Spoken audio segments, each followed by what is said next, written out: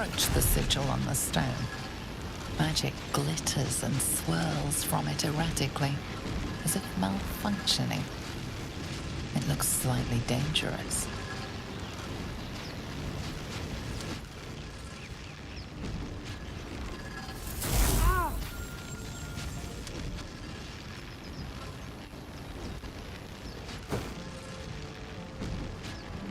A hand?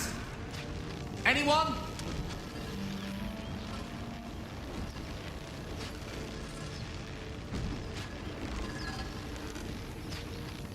Just your average traveler stuck between realms.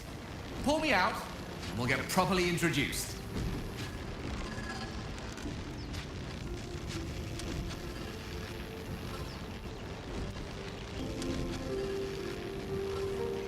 That's it! Go on! Keep pulling!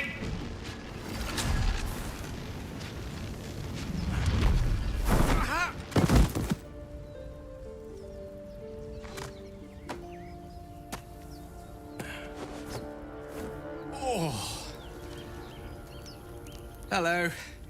I'm Gale of Waterdeep. Apologies. I'm usually better at this.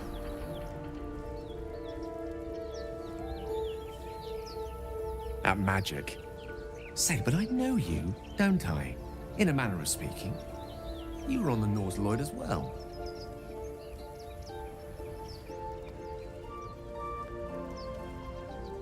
I don't know what transpired exactly, but the ship broke into pieces and I suddenly found myself in freefall. As I was plummeting to certain death, I spied a glimmer quite near where I estimated my body to impact with less than savory propulsion. Recognizing this glimmer to be magical in nature, I reached out to it with a weaving of words and found myself on the other side, as it were. How about you? How did you survive the fall?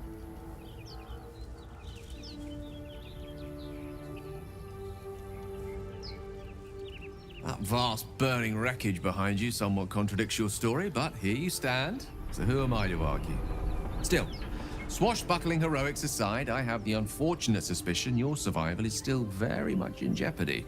Back on the ship, you too were on the receiving end of a rather unwelcome insertion in the ocular region, were you not?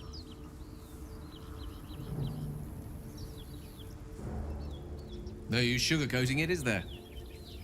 The insertee we speak of, this parasite, are you aware that after a period of excruciating gestation, it will turn us into mind flayers? It's a process known as ceremorphosis, and let me assure you, it is to be avoided. You don't happen to be a cleric by any chance, do you? A doctor? Surgeon?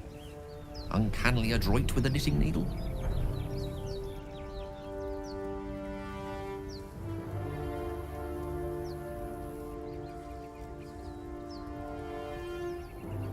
I suppose few enough can. Not exactly a common affliction. We're most certainly going to need a healer, and soon too. How about we lend each other a helping hand once more and look for a healer together?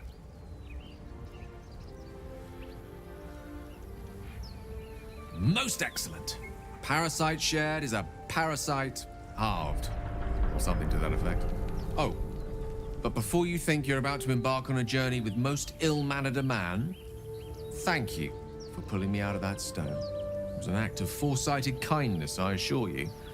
For I have the feeling ample opportunities will present themselves for me to return the favor.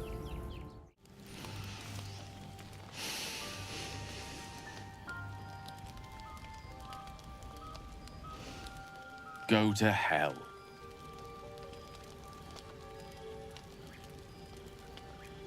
Ha! You're a good sport. Go to hell. An everyday expression. So trivial it's almost meaningless. But we've seen hell. It's real. And it isn't trivial.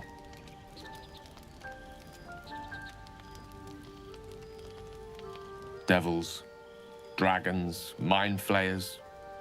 They used to be abstracts. Pictures on a piece of paper. What a difference a day makes. Now we have tadpoles slithering through our heads like carnivorous feti.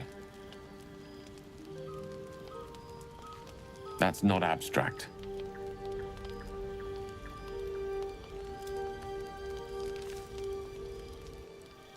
That's the spirit. Let's be up with the lark. Find a healer before the wee one gets hungry. You're not versed in magic, are you?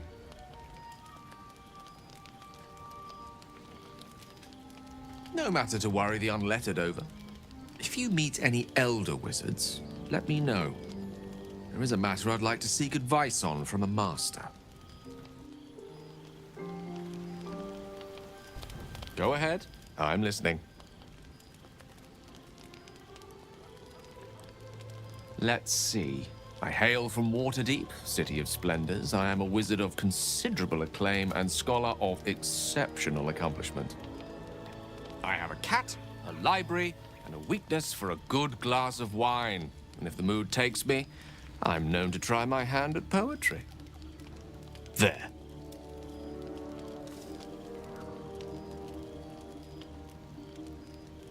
Didn't that paint enough of a picture?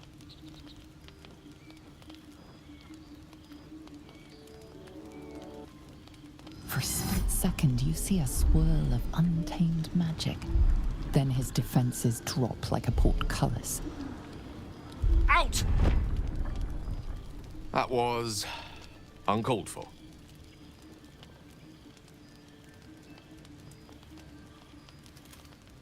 Not an eventuality I'm entirely unfamiliar with. Nevertheless, please don't try that again unless I invite you to.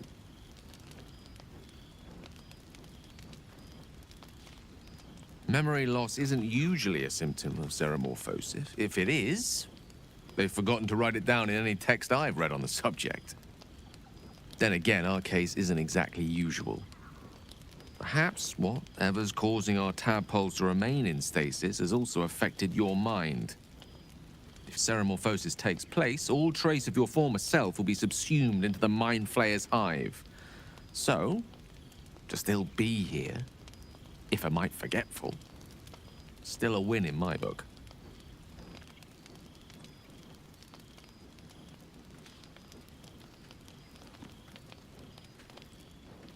We all have those from time to time.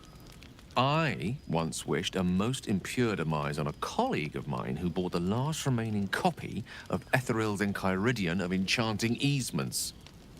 It's a first edition, too. As regards to your own morbid little fantasies, I'm sure they're nothing to worry about. So long as they remain fantasies.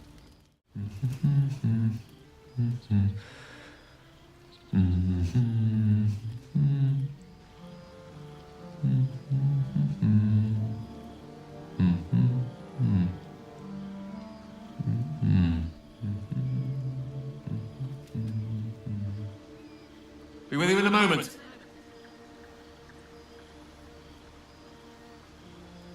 Not a trick, my friend. Magic. Be that as it may. Xenomorphosis. What does it make you think of? Spot on. Day 1, fever and memory loss. Day 2, hallucinations and graying skin. Day 3, hair loss and blood leaking from all orifices.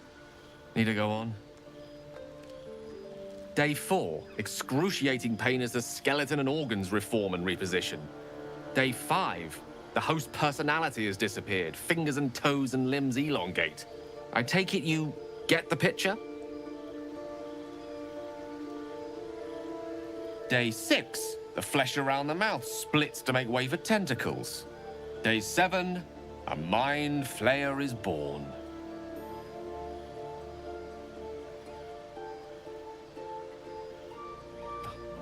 The storyteller's gift. My point is this: our orifices remain blissfully unblooded, our heads remain clear, and our blood temperature normal. Any expert will agree this is abnormal. I'll toast to that. The pragmatic in me, however, sees only the silence before the storm. Something to sleep on. We should get some rest. Tiring business, isn't it?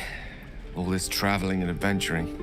Why don't we take a little break, Allow ourselves a few moments of rest? Gives me a chance to talk to you about something, well, rather important.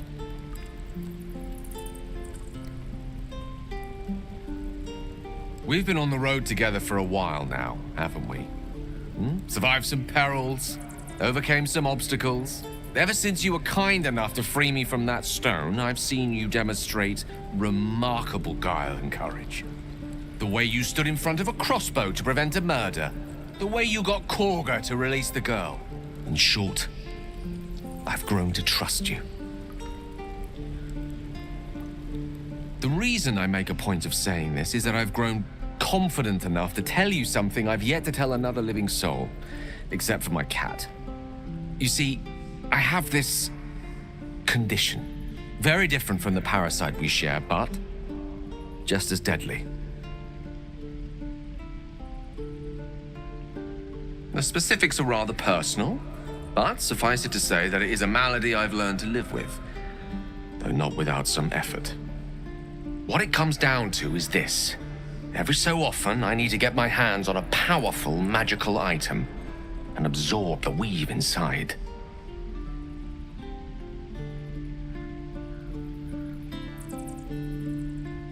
I can say no more on the matter, not now anyway. Just trust me when I say it's all of vital importance. It's been days since I last consumed an artifact, since before we were abducted. It's only a matter of time before my craving returns. That is why I turn to you. I need you to help me find magic items to consume. It is vital. Dare I say it? Critical.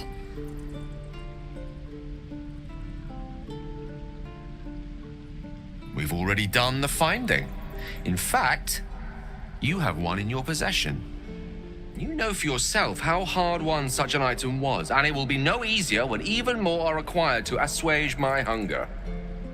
There'll be danger involved, or great cost.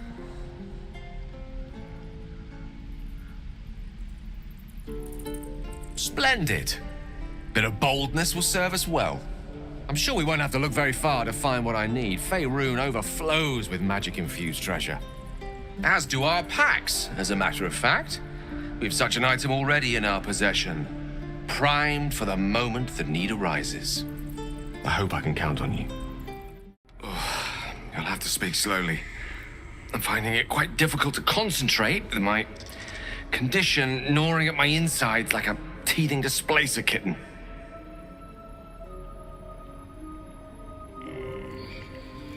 That is most gratifying to hear. May I? Thank you.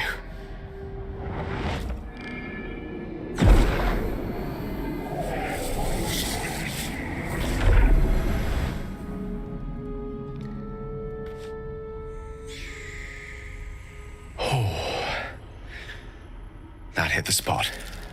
I can feel it work. The magic, it's like a lullaby that sings to sleep the demon inside. A metaphorical demon, I haste to point out, but no less dangerous. And no less bound to wake up again to continue its ravages. Such is the nature of all monsters.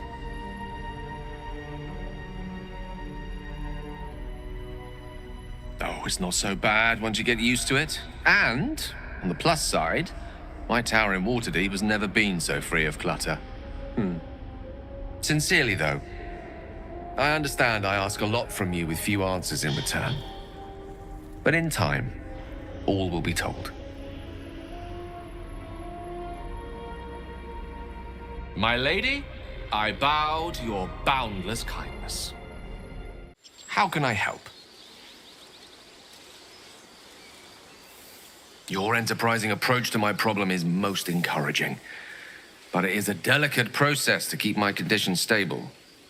I do not yet need to consume an item, but keep it close by. It will not be too much longer.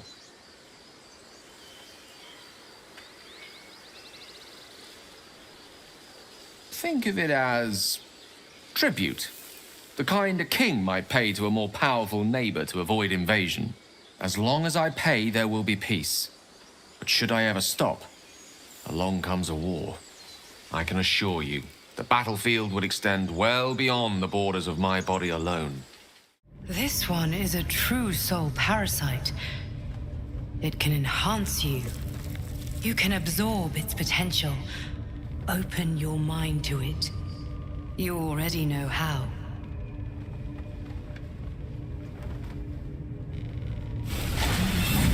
Your mind swells as it subsumes everything the Tadpole has to offer. Everything it was and everything it was destined to be. Pure potential. Pure power. Good. You have grown your power and improved your chances of survival. Come on then, don't leave me in suspense. How are you feeling? No errant tentacles? No sudden cravings for a more cerebral diet?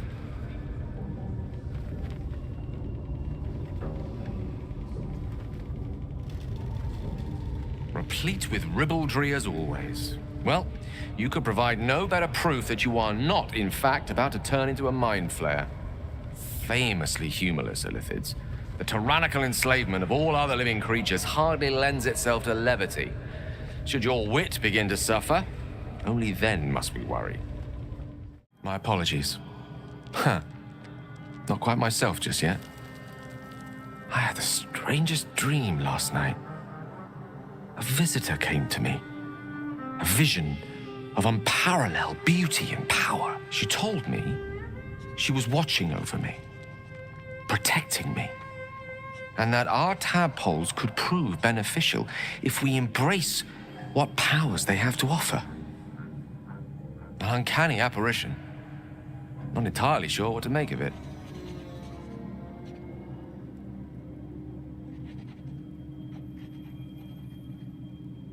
Very curious.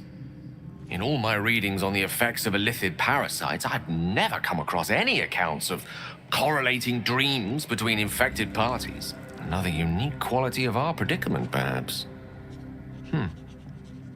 Are you inclined to take these visitors at their word?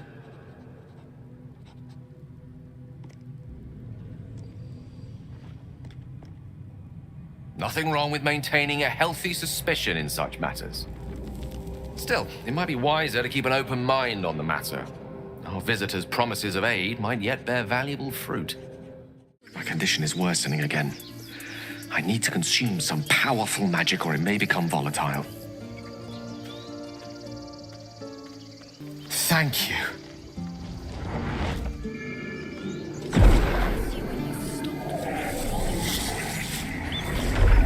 I'm your lummox. Yes, you are. Now, stop squirming. It is a strange experience. Each time anew. Like a lost soul is spelunking through the darkness that is me, only to be sacrificed on the dread altar of the heart. Somehow the second artifact hasn't had the effect of the first. It's somewhat relieved the discomfort, but I fear my hunger hasn't quite...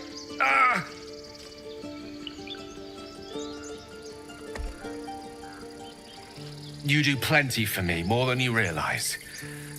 But this cannot be remedied. The magic isn't having the effect it should have. It's not like the last time, like a rainstorm that quells a forest fire. It merely drizzles.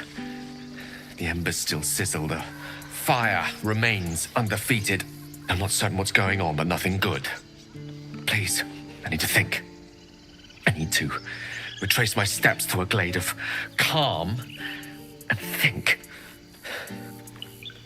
Thank you for the artifact. A great deal of trouble it was, too. A great deal of trouble indeed. Thank you. I'm glad you sought me out. Amidst all this merriment, I wasn't sure we'd have a chance to speak this evening. I was hoping you'd spare me a moment. There was something rather magical I wished to show you.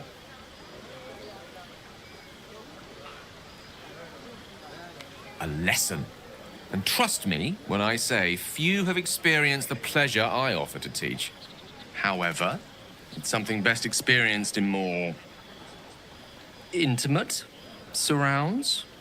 Once the revelry is ended and the stillness of the night has been restored. For now, please enjoy the celebration. When it is done, I will show you all. Buzz of celebration quiets to a soothing hum as you approach your bunk. Though you seek repose, you needn't spend the night alone. There is one who yearns for you in the dark. Who will you seek? Your heart skips a beat. What treasures might this night bestow?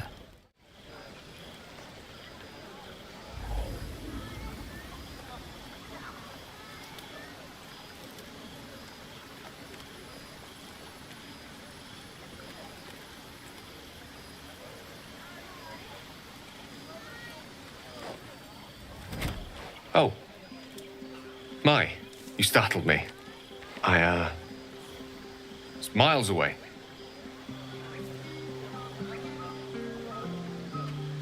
More or less. I was lost in prayer, of all things. Mystra, for indeed it was her image I conjured, commands all magic. Salvation, if such a thing exists, is hers to bestow or withhold. And yet even now, more than I fear losing my own self and soul, I fear losing my command of her art. Magic is my life. I've been in touch with the weave for as long as I can remember. There's nothing like it. It's like music, poetry, physical beauty, all rolled into one and given expression through the senses. That is why I asked you to seek me out, to offer you a taste of such wonders. Would you like me to show you? Then follow my lead.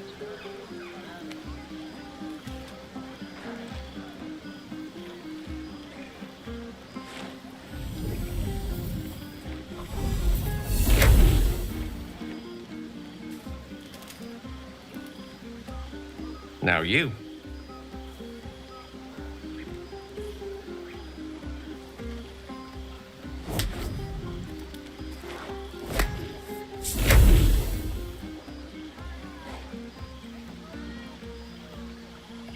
You feel something strange, like a kind word and a kind touch at the same time. It's warm and comfortable. Excellent. Now, repeat after me. Athran Mistraril Kantrak Eo.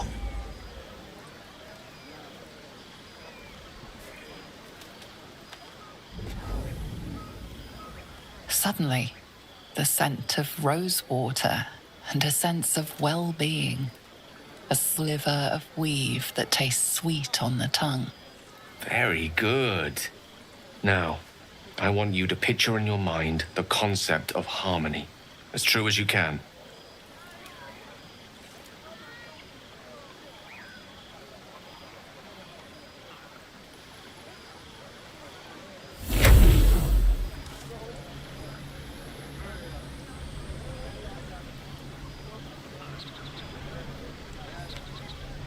You see, or is it sense, the presence of a woman.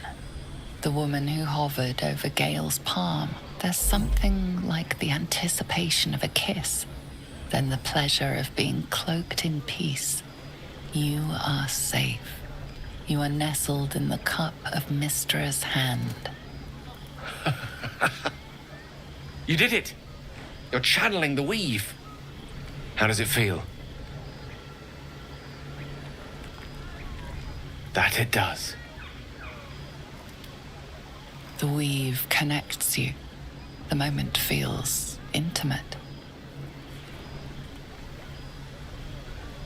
You realize the weave is making you one. You have but to imagine your desire, and Gale will know it.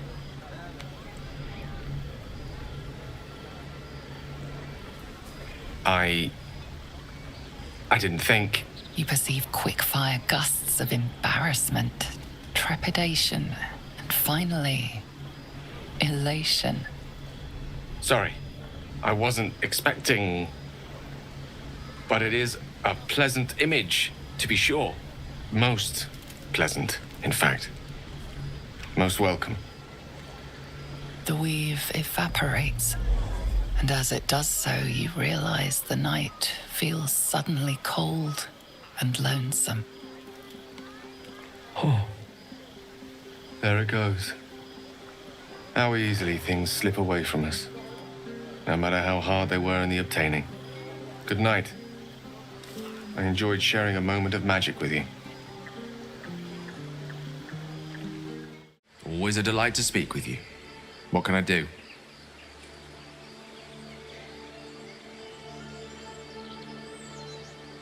I assure you it's not. Don't get me wrong, you did well. The somatic component, the verbal component, even the focus on the inner self that invites Mystra in. But I was still your conduit. To perform such a feat alone requires much and arduous study. Yet it is life's most worthy pursuit in my impartial, if not humble opinion.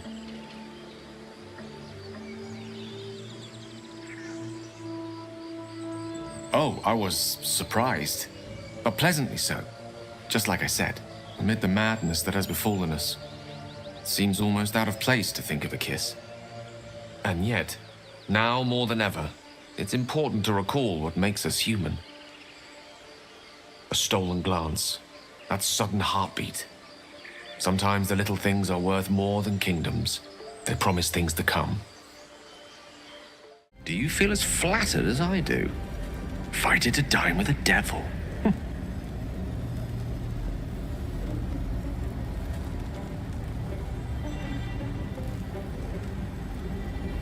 Don't let his bluster fool you. All that talk of desperation merely illustrates his own. I think he wants something from us, badly. And in that knowledge lies our opportunity.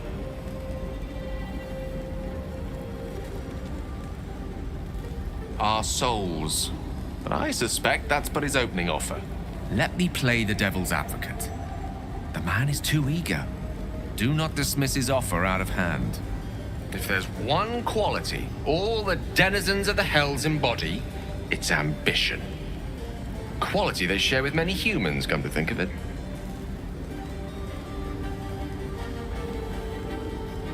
I'm the foggiest. But, based on the evidence before us, we can make certain deductions as to why he sought out our merry band.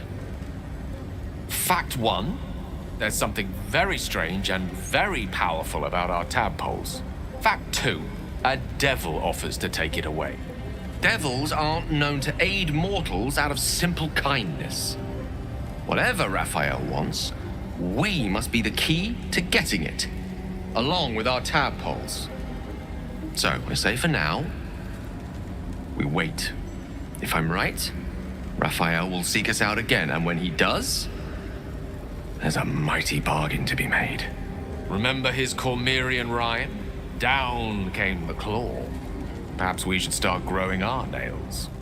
My condition likes being ignored as little as I do. I must consume another artifact. And soon. Thank you.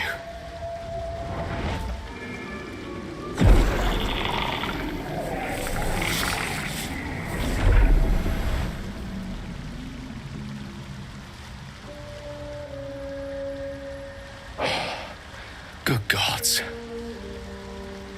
It hardly has any effect. Oh, Mystra, have mercy on us all. Listen, I need to speak to you, to all of you. It would be unconscionable of me to remain silent. I might just be about to remedy that. You have to know who I was. You have to know who I really am. What I am is a walking shadow of the promise I once held. I'm what one might call a wizard prodigy. Who from an early age could not only control the weave, but compose it. Much like a musician or a poet. Such was my skill that it earned me the attention of the mother of magic herself. The Lady of Mysteries. The goddess Mystra. She revealed herself to me and she became my teacher. In time, she became my muse. And later, even my lover.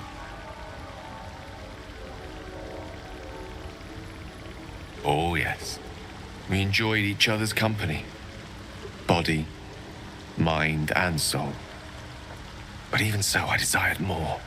You see, no matter how powerful a wizard we mortals can become, we never scratch more than the surface of the weave. Mystra keeps us in check. There are boundaries she doesn't let us cross. Yet, every time I was with her, I stood on the precipice, gazing into the wonders that lay beyond. I sought to cross her boundaries. I tried to convince her. I pouted. I pleaded. Swore my ambition was only to serve her better. She only smiled and told me to be contented. Inconceivable as it seems to me now, I shared a bed with a goddess, yet I wasn't satisfied. So I sought to prove myself worthy to her instead. We come now to the crux of my folly. Shall I share the story behind it, or would you rather head straight to its sordid finale? Very well. Here goes. Once upon a very long time ago, a mighty lord lived in a tower. A flying tower, to be precise. I'll save his history for another time, but the gist of it is that he sought to usurp the goddess of magic so that he could become a god himself. And he almost managed, but not quite. And his entire empire, Netheril, came crashing down around him as he turned to stone. The magic that was unleashed that day was phenomenal. Roiling like the prime chaos that outdates creation. Even the weave itself could not withstand the onslaught. It fractured, then shattered, and all magic was lost to the mortal realms, until the day Mystra returned. She restored the weave, reuniting all its scattered shards. Or so I thought. Until, in the course of my studies, I learned of a book.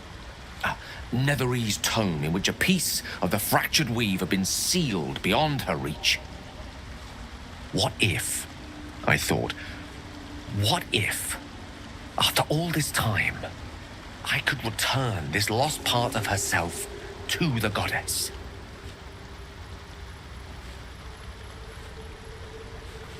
The answer was to try. The outcome was to fail. I was certain that this deed of raw power, draped in romance, would convince Mystra to take me by the hand and welcome me into her hitherto forbidden domains. I was mistaken. I obtained the fabled book and took it into my study. As for what happened next... Here. Place your hand over my heart. Let me show you.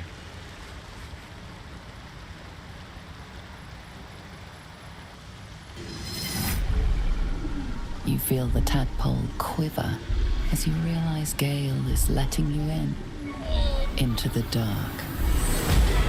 You see through Gale's eyes, staring down the corridors of a dread memory. A book, bound, and suddenly opened. Inside there are no pages, only a swirling mass of blackest weave that pounces. Its teeth, its claws, it's unstoppable as it digs through and becomes part of you. And gods, is it ever hungry.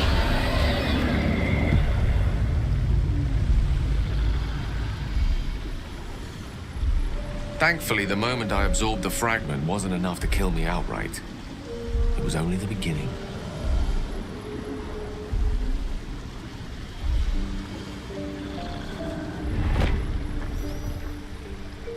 This Netherese blight, this orb, for lack of a better word, is balled up inside my chest.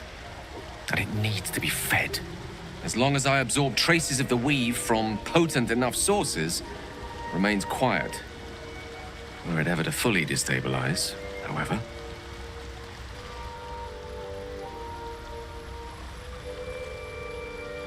Rather worse, actually. I will erupt. I don't know the exact magnitude of the eruption, but given my studies of Netherese magic, I'd say even a fragment as small as the one I carry, it'd level a city the size of Waterdeep.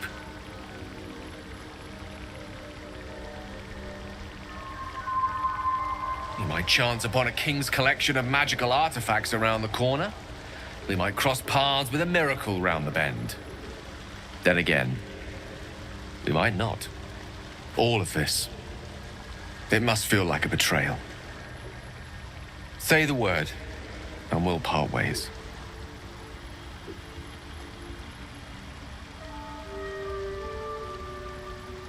That is a great relief. Oh, a great relief indeed. You truly are a soul that steals my own. From all my new rallied heart, I thank you. I thank you all. I understand if you stand against me. I'm humbled if you stand with me. Either way, I will do my best not to let you down. I stand at a precipice, but if you do not give up hope, neither shall I. I'll fight. I'll resist as long as I can. Now, even I am tired of the sound of my own voice. Let us venture forth. Always a delight to speak with you. What can I do?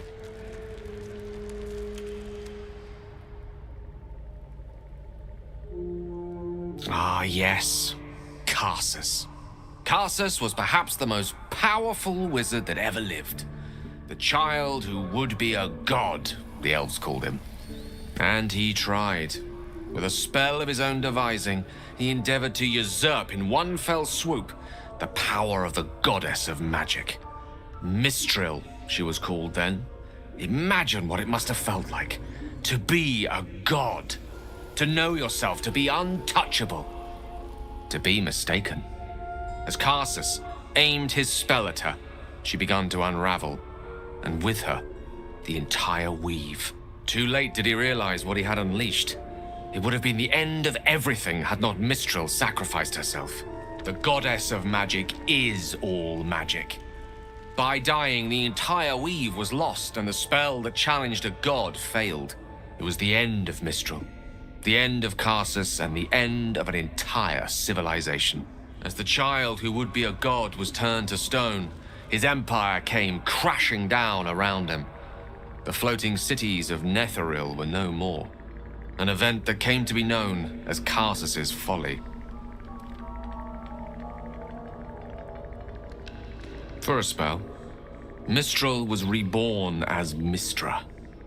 Upon her return, the weave returned with her. Now, so many centuries later, I try to follow in the footsteps of Karsus. Not to destroy Mystra, but to prove my love for her. I tried to control only a fraction of the magic that was unleashed that fateful day. I merely sought to return one tiny diamond to an imperfect crown. Gale's folly, one might call it. History, repetition. It's the way things go.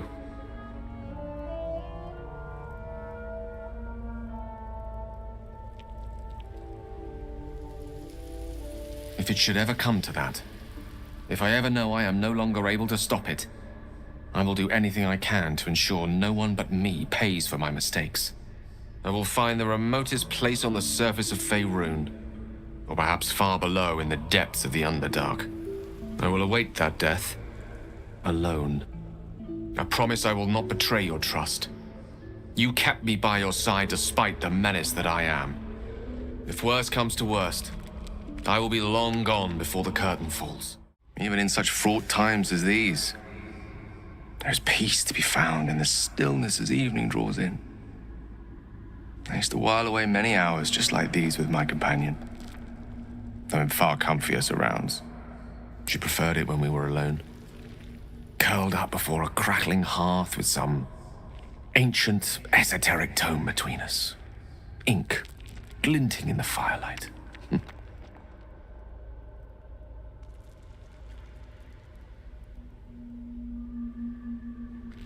By a Garon's lost nose, no! Tara is not any cat. She's a Tressym.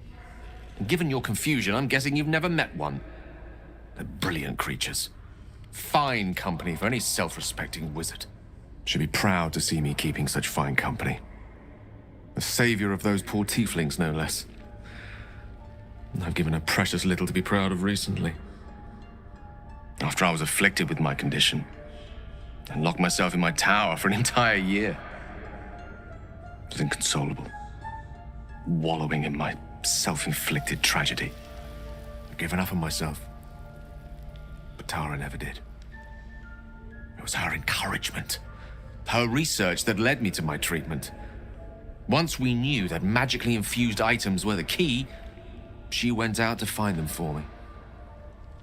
She saved my life. She has a good heart. You should recognize the same in your actions here. I'm sure she'd approve of me lending myself to your efforts.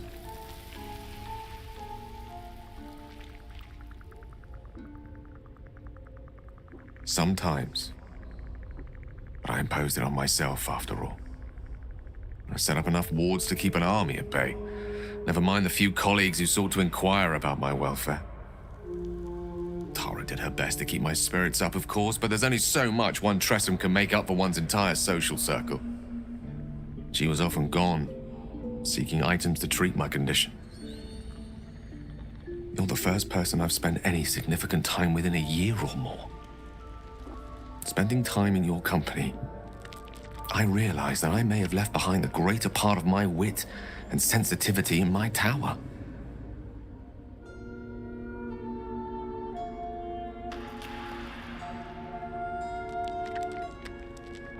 Sadly not. If I'm being entirely honest, my social circle is rather small. More of a dot, or a pinhead. I've got acquaintances, certainly. Plenty of colleagues. Friends? Those are precious indeed. I hope, though we've only known each other for a short time, I might be able to count you among that number.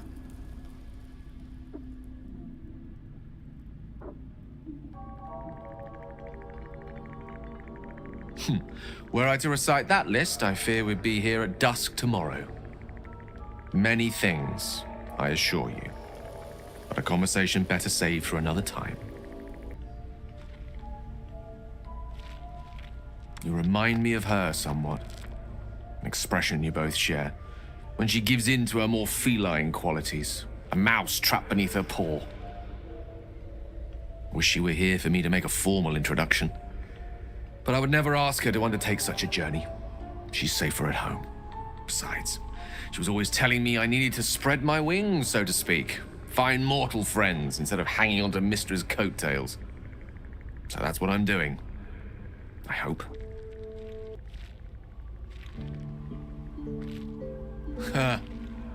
Very funny. But as we all know, nymphs are sticklers when it comes to their bathing routines. You, my friend, haven't been near a fresh spring in a 10-day or more. Not that I don't appreciate your musk. Actually rather like it. Well, it seems as good a time as any for me to stop babbling on.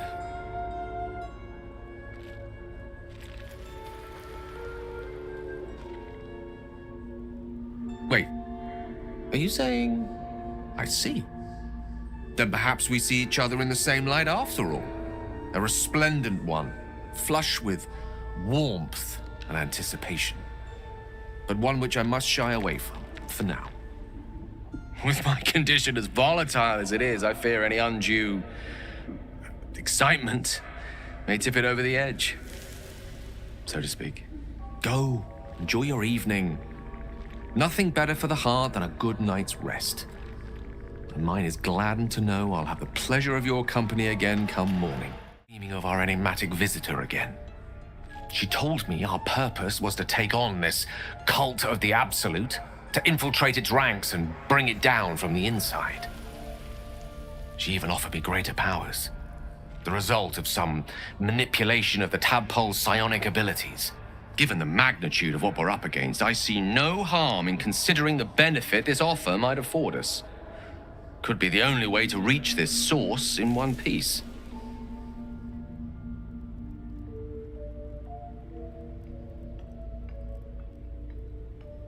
As existential evils go, the Absolute certainly seems an adversary worth halting in its tracks. Any opportunities for us to indulge our Tadpole's capabilities are hardly on the same scale. Trifles, when one considers the bigger picture. Who there, wanderer? Stay thy course a moment to indulge an old man.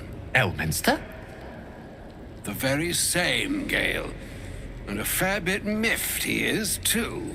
finding himself forced to expose his best pair of boots to so many miles of country road on your behalf.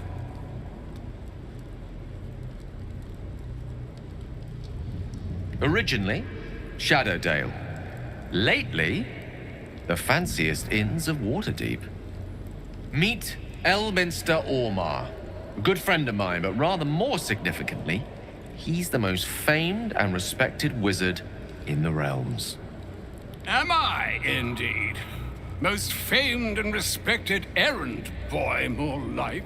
I was bid to spare neither time nor my own self to find you.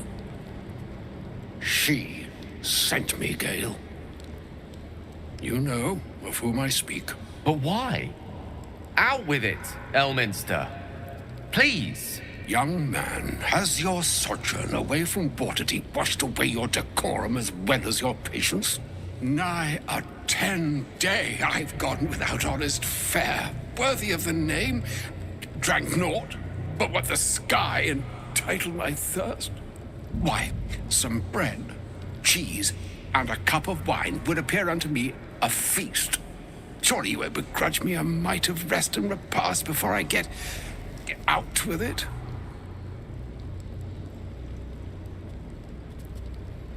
Oh, for the love of... Well, this way then? To your camp? Oh, don't dawdle now, lad. You're the one who's in such a frightful hurry. Oh, nigh on 13 centuries old and he still thinks with his stomach. We'd best follow and see if he's more disposed to speak plainly once it's stopped its grumbling.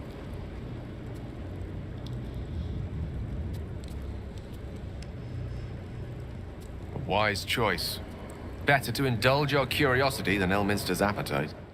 Yes, what a delightful wedge of old Arthurian that was. Doesn't do to parley on an empty stomach, you know. Makes one's words frivolous when they should be grave. Plenty to digest, after all. A good deal to stew over, if you will. Words ladled with import should be savored so as to better absorb their meaning. Wouldn't you agree? Elminster! Right. You see,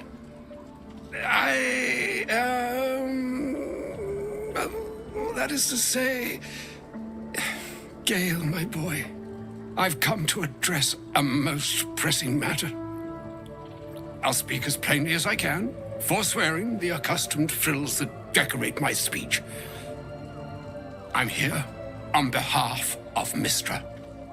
The message and the charge I bring you are hers.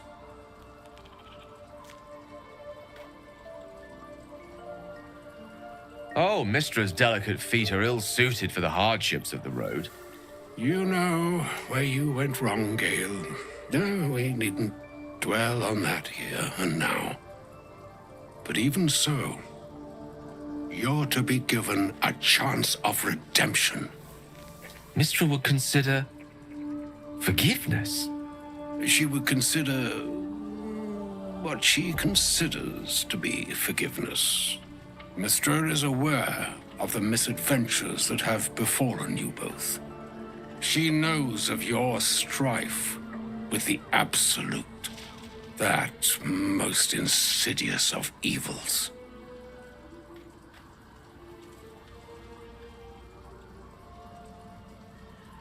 The very purpose of my presence, in a roundabout sort of way.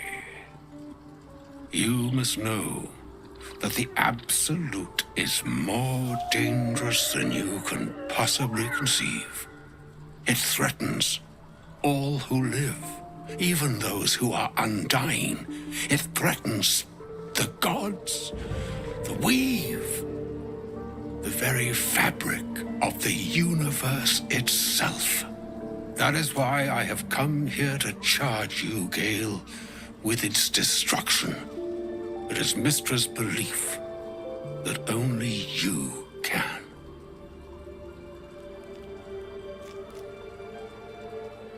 The orb. Precisely. Mystra has granted me the power to stop the clock, as it were, on the orb's rush to overpower you. Instead, you will be able to unleash its lethal combustion at will. Interesting. This could be help or hindrance. We shall have to see. You must find the heart of the Absolute, whatever that may be, and use yourself as the catalyst that will burn it from this world.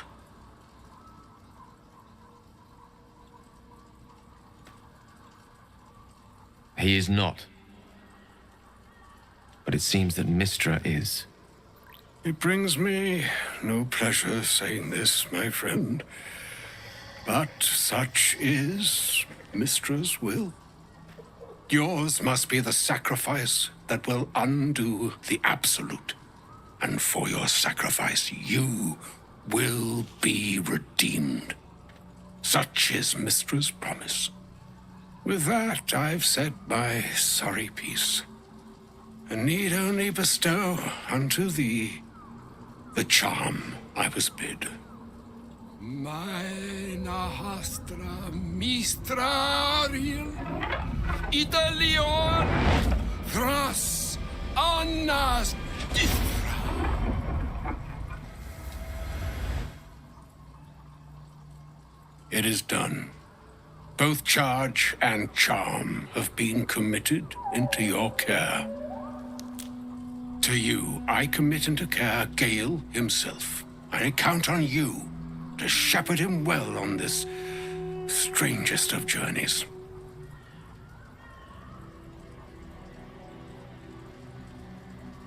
Or some other fortune altogether. Like moons make swell and wane the nescient seas, so too the sky-strewn gods ordain the tidal fates of mortal days. And yet, an ocean born in lonely hours, come ebb, come flow, come all that is beyond the breadth of our dominion, be a moon unto yourself. Even the waves of fate can break upon the shores of will. Farewell, my friend. Farewell, Elminster. I'm glad she chose you. An audience with Elminster is never less than memorable. I'd have hoped to introduce you to him in less dire circumstances. But those are hard to come by these days.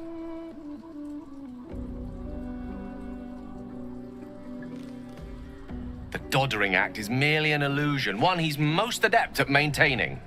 Elminster is the most formidable wizard in the realms, perhaps in existence. For Mystra to have sent him, the severity of her bidding could not be clearer, or weigh more heavily on me. Time seems so infinite when you're young. A month is an age. A year is a lifetime. It is a strange feeling to realize how little of it one might have left.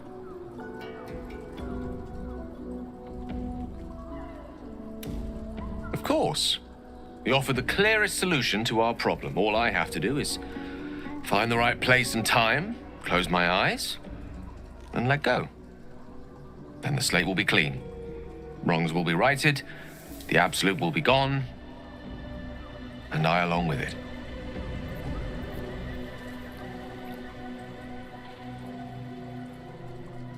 I've no doubt she has the power to do so, but as for the permission, Ao would not look kindly on her meddling in mortal affairs. Divine intervention has a tendency to make things worse, not better. As for Elminster, he's saved the realms more times than legend can recount. But to take on a god is no easy feat, even for him. My orb is the best chance we have, and only I can wield it.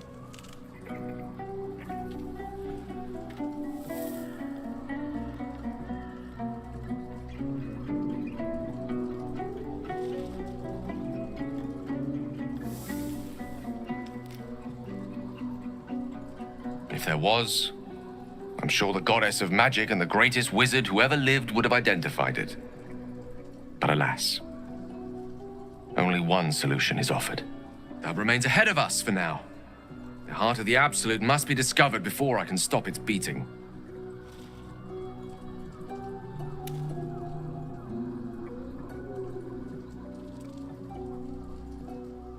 Let's save such certainty for the moment such a decision is upon us. You may feel differently once we know what we're truly up against. It's quite thrilling to fight off such grim creatures as this region throws at us, especially being at your side. I once read a book that explained in some detail the effect a brush with danger has on one's desire for other forms of stimulation.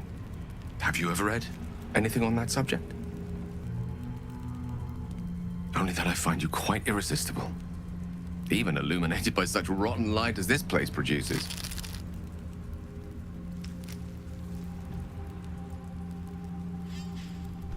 I believe you. You never look so beautiful as at the end of a stirring battle. Your cheeks flushed, gaze bright, muscles glistening. Perhaps it's just the thrill of our near undead experience talking. Standing at your side through such darkness and disrepair. It only makes me want you more. Unfortunately, this is neither the time nor the place to indulge such feelings, so we must be patient and push all such thoughts aside. For now. I've never seen such a concentration of shadow magic. We must forge on, but carefully. It will corrupt any who lack the power to control it. Very hard thing to predict. We've already witnessed the myriad forms its corruption has inflicted on this land and its inhabitants. I think a quick death is the best one could hope for.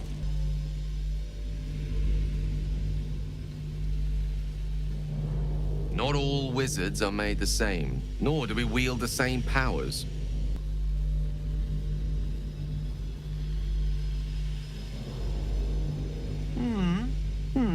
I suspect we define the word differently, but nonetheless, this is a place where it's best applied. This magic is dangerous.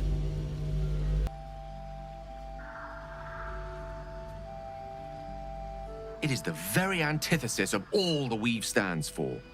A magic of confusion and corruption, drawn forth only by those desperate or damned enough to accept its degradations.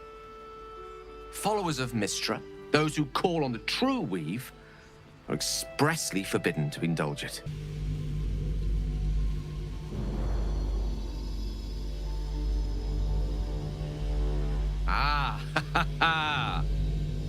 What an interesting question. Technically, of course I could dabble in such practices. I've yet to find a form of magic I'm not a born natural in wielding. As for whether I should wield it, that would rather depend on the circumstances and how closely I felt Mystra was watching.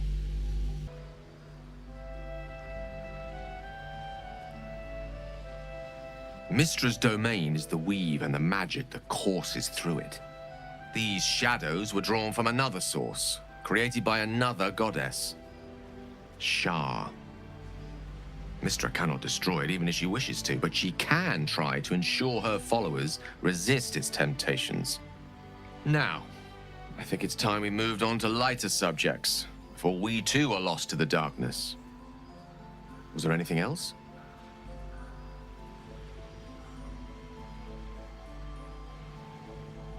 She expects those who seek to use the weave to do so honestly, and with respect for its potential to destroy, as well as its potential to save. I doubt she's asked many of her followers to blow themselves up.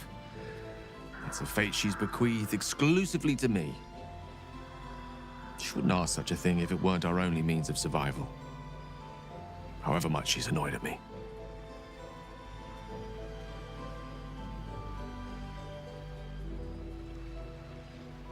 Oh, you know me, ever the optimist. I'm trying to focus on the positives. Truth is, I was living on borrowed time already. Consuming those items would only have kept the orb sated for so long. If anything, I feel more at peace than I have in months. At least now I know my death will have purpose. It won't be a distant bang in the footnotes of history. Good evening. I'm here on behalf of Gale of Waterdeep. He wishes to extend you an invitation for a private conversation in a more suitable locale.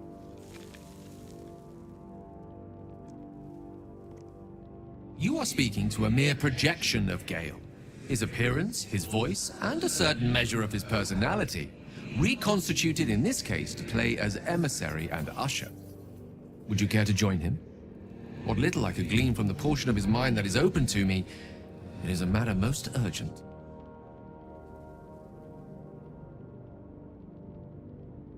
Gladly. Simply follow yonder path, and soon you will find him.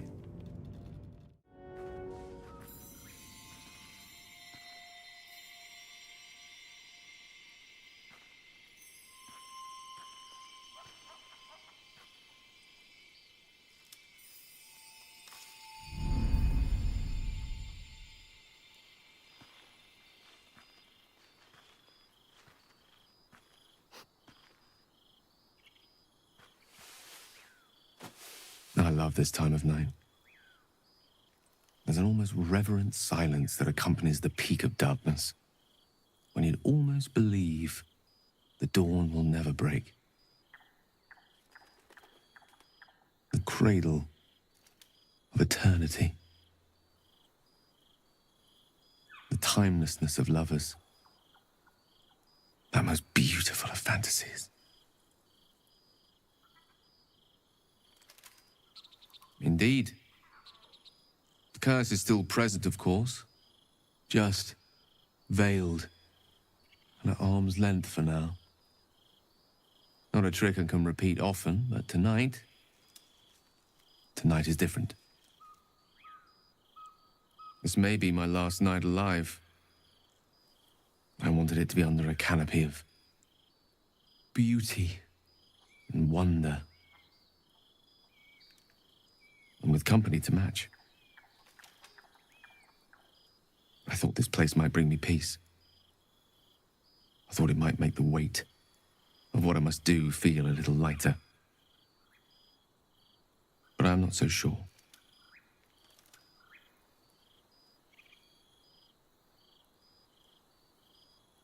Babe or crone, coward or hero, death is assured. Mystra's forgiveness is not. If you knew the end was near, would you not want to ensure it had meaning? I am terrified. I will not claim otherwise. My face could scarcely conceal it, even if my words sought to deny it. There is no point in running from the inevitable. Better to meet it on my own terms.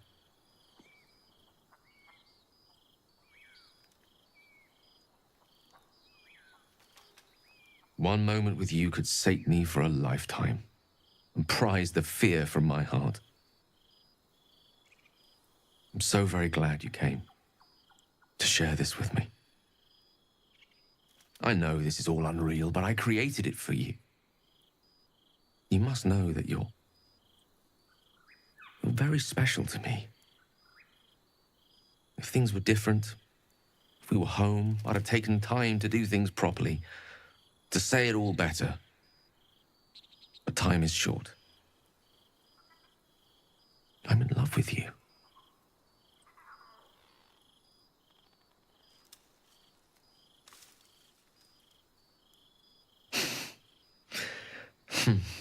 That's a relief. It would be a shame to spend my final hours making an ass of myself.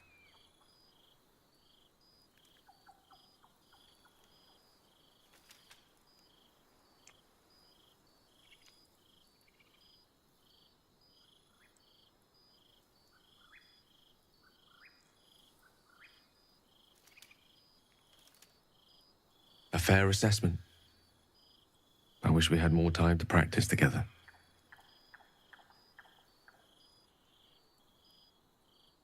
I want it to be perfect. to bond with you in the way the gods do, intertwining our spirits in visions of the weave.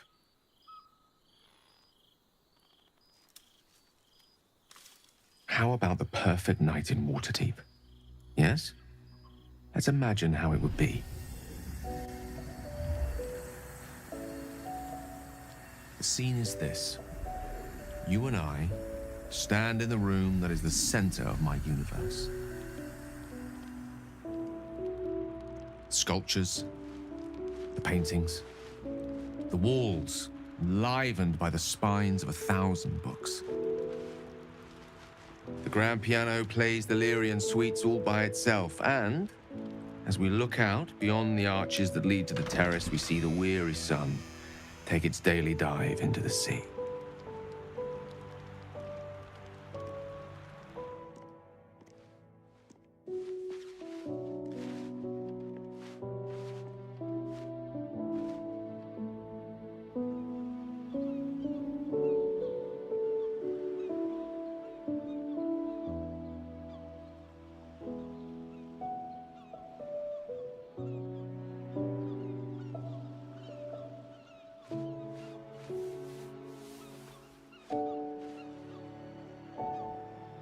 My favorite spot. Many times, evening turned to night and back to daybreak once more while I sat here, lost in words.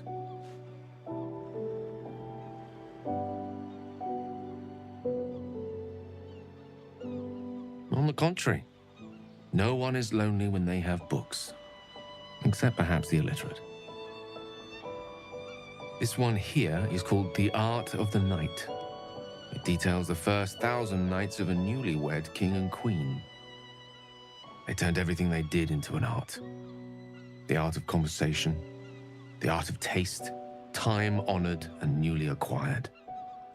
The art of the body, the exploration and acceptance of the self and the other. The art of the night itself. I say we take a page from their book.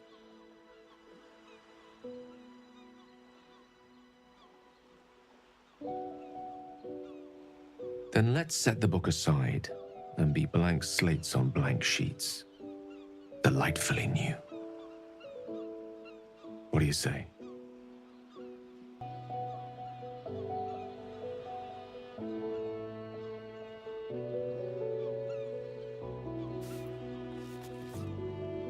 The stars will be our bed. Come here.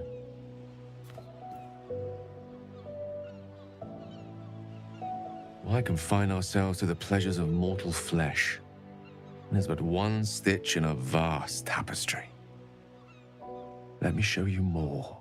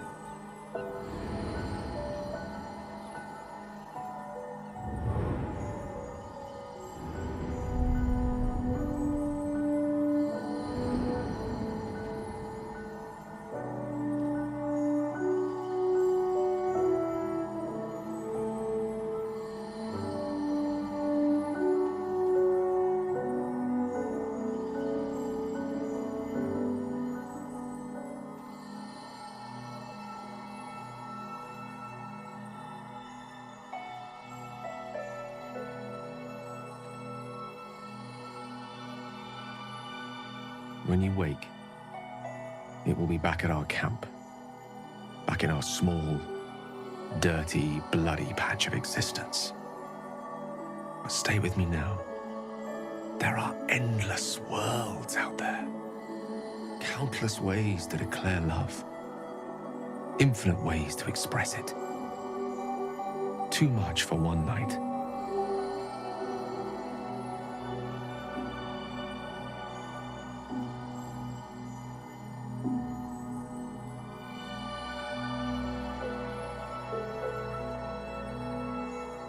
We shall try.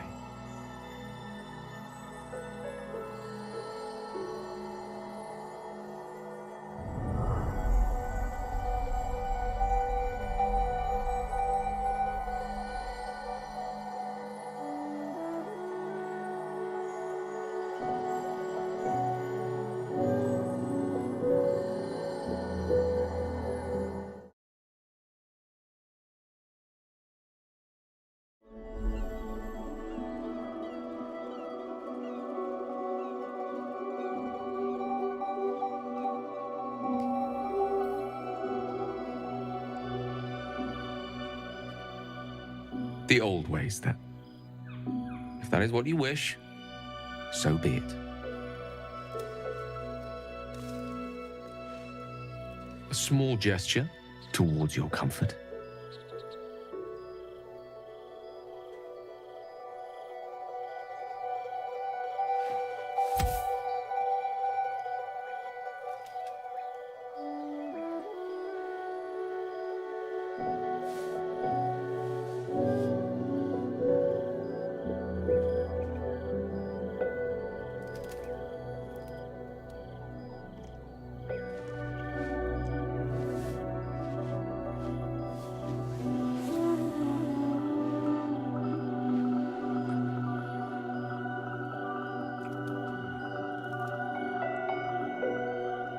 I wanted to talk to you about our night together. Have you ever walked to the very edge of a great precipice and shuddered at how easy it would be to step into the void? Ever since Elminster told me of Mystra's expectations of me, it felt like I've been walking along such a cliff face. The great drop to nothingness, never out of my sight. But you led me away from the edge. Without your words, your touch, I fear I would have sought purpose and solace in that void. Reminding me what living can feel like.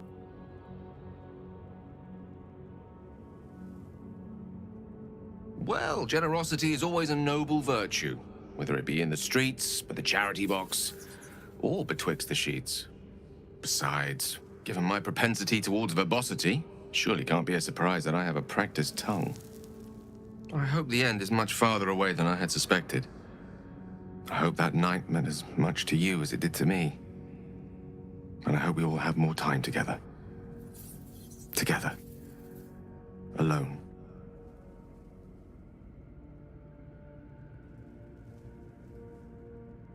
I'll see that there is.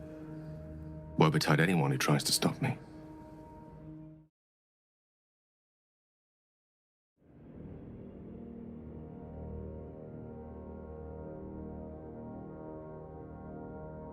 Indeed. I'll guard my resolve like a lit flame in a gale. I hope the end is much farther away than I had suspected. I hope that night meant as much to you as it did to me. And I hope we all have more time together. Together. Alone.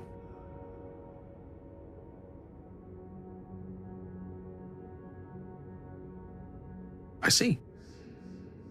Well, fine is fine. Nobody weeps because the weather is fine. No monarchs were overthrown because their ruling was fine.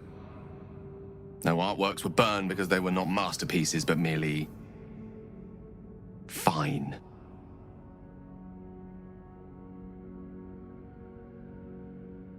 Oh. Well, I hope I didn't make too much of an ass of myself just now. I'll see that there is indeed more to come. Won't betide anyone who tries to stop me. Your stomach churns around and around. The bile within is unsettled. Each moment brings a new surge. Your companions sleep like blissful lumps of meat.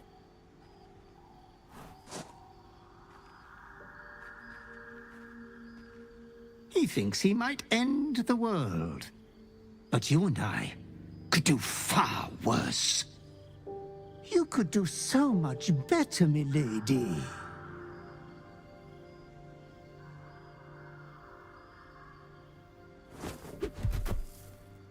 I won't lay so much as a talon on him. I wouldn't rob you of that delight.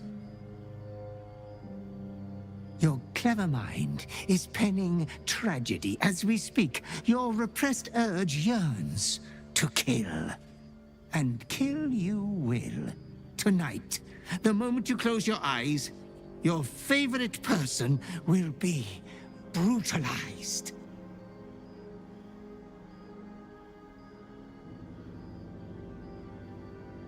We all kill what we love most. In time. He would forget his god for you, but you won't for him. Of that I know.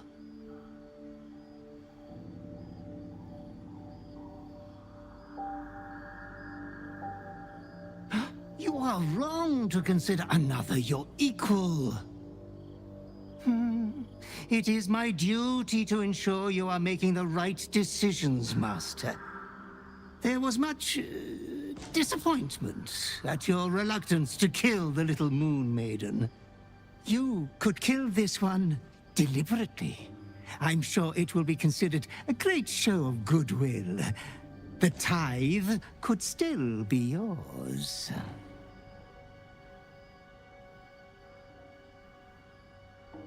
I do not doubt you will act with a decorum befitting one of your rank.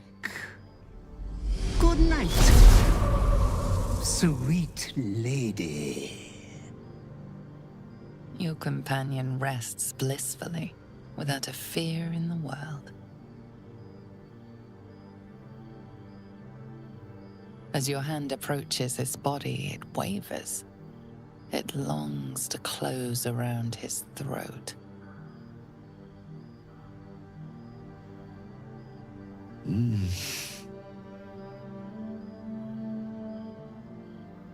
pleasant dream gives way to an even more pleasant reality. Wait. I'm not sure I like the look in your eyes. What's wrong? I see.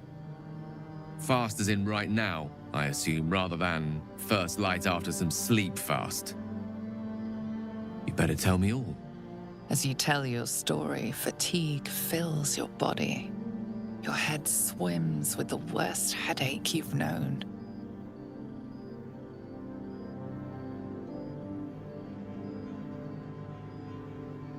Why, I've shared my heart with you. And I'd truly rather you didn't skewer it. Dangerous secrets are best shared with those who depend on you. I should know. We're in this together, theoretically. You should have confided in me sooner. What is it? A curse? Compulsion? Enthrallment? Whatever it is, we're gonna free you of it. Suddenly you become drowsy. Your vision blurs and floods with yellow bile, and you faint in a dizzy blur.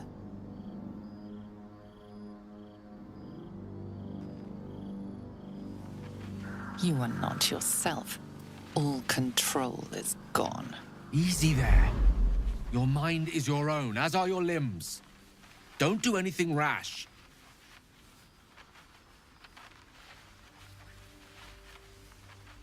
Spare me the gory details.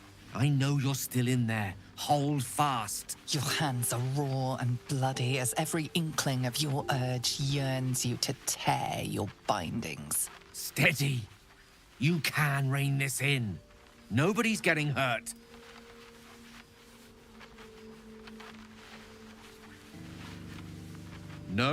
No clotting. I like my blood flowing in my veins. Thank you most kindly. The night passes sick and sweating, but bloodlessly.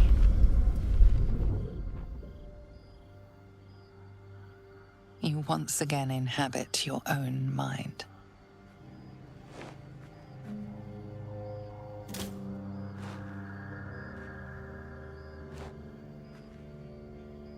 I think I see the madness slipping from your eyes. Looks like I won't be joining Alfira just yet. Welcome back to the land of the lucid, where explanations are owed, if you don't mind.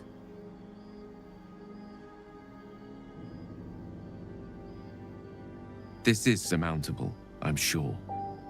I'll protect you until you prevail.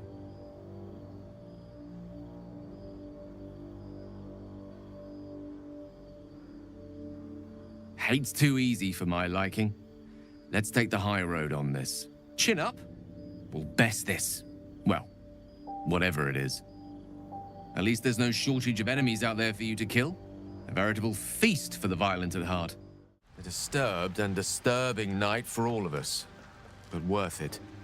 With due diligence, your impulses will soon be mastered, or at least prevented from causing further harm. Now, as the saying goes, what's left undone should be left unspoken. Is there some lighter subject you wish to discuss?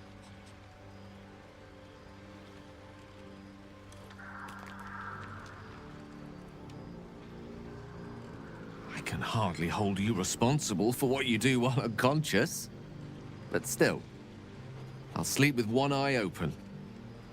Better safe than, well, dead. No longer a background murmur. The presence in your mind builds to a roar. We've found it. The Absolute is behind this door.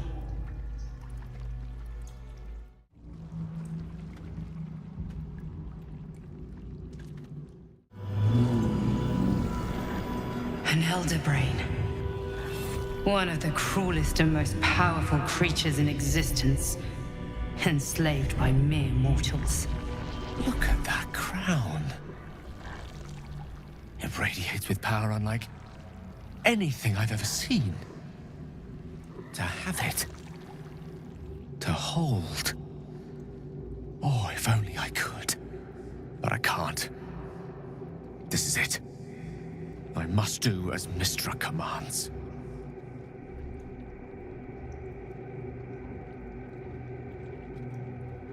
What choice do I have? More than just a goddess counts on my courage. Whole worlds hang in the balance.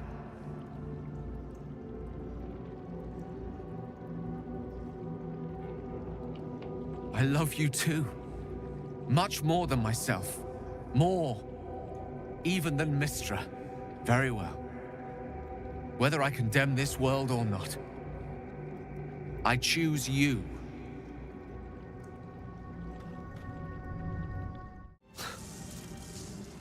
I can't help but feel like I've been fumbling in the dark for too long. And I've just had a lit torch thrust into my hands.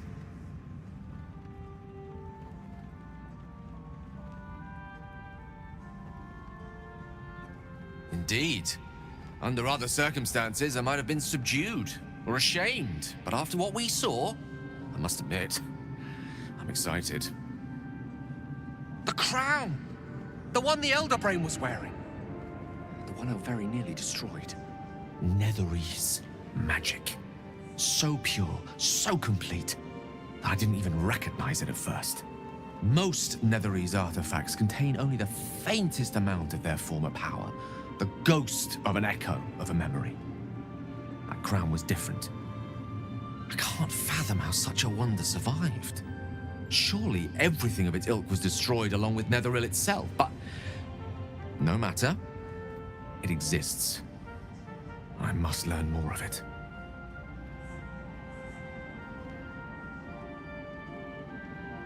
That crown sits on a gargantuan elder brain bent on destroying us and everything we hold dear. Understanding its true nature might unlock the means of our victory. We need to learn more about what we saw. An artifact as powerful as that crown must have been documented somewhere. As luck would have it, we'll soon find ourselves near one of the finest book collections this side of Candlekeep, Sorcerous Sundries. I need to go there and learn all I can.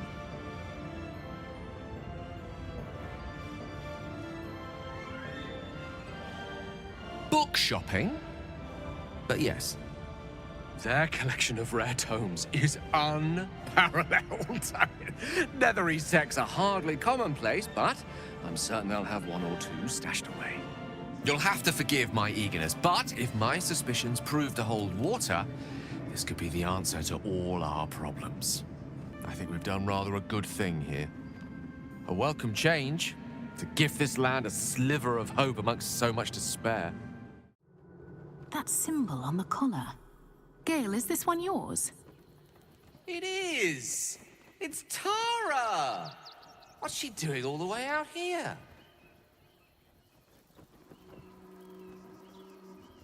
Mr. Dakarios, heavens! Fancy seeing you here. Tara! That can't be you, can it? I suppose you won't be terribly shocked to find your old friend Tara amongst the pigeons. They've always been a personal favourite. My, is that a ring? For us? Ugh, you shouldn't have. Enjoy yourself now, Tara. Looks like you've got yourself set up quite nicely here.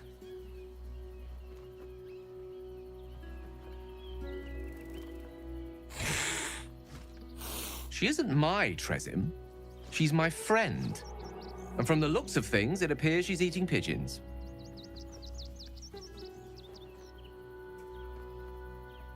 Oh, right.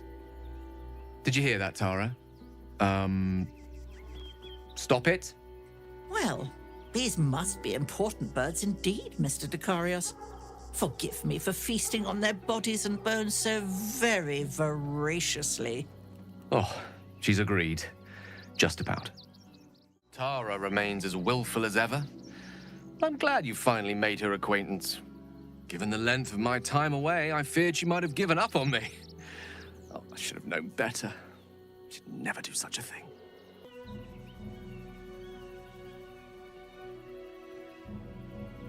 I wouldn't have her any other way. I'd actually been thinking about introducing the two of you anyway. Over a sumptuous home-cooked meal, if that sounds at all to your taste. My tower in Waterdeep boasts an excellent kitchen and a wine cellar to rival Ondar himself. Not to mention a larder stocked with my homemade Hundor sauce.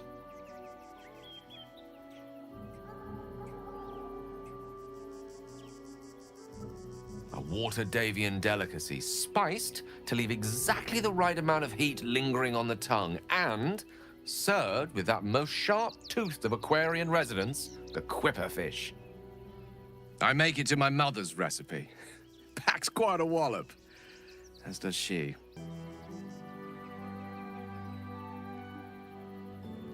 More than you could possibly believe. Now that we've got something to look forward to, I think it's time we went and saved the world. Don't you? Anything you ask, I'll answer as honestly as I can. I'm an open book, requiring only your gentle hands to turn my pages. There's nothing that would give me greater pleasure.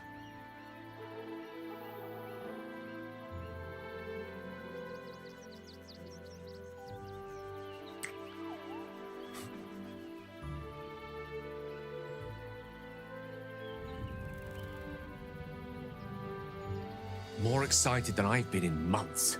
I can't tell you how curious I am to learn more about the Crown controlling that Elder Brain. Believe me when I say how important this could be for me, for both of us.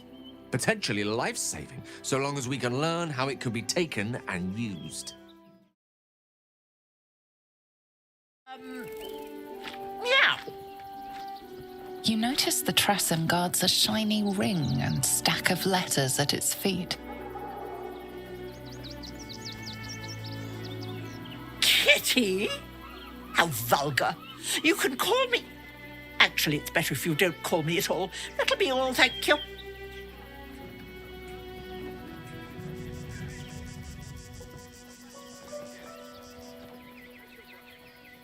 One needn't guess. Pigeon meat is my second favourite.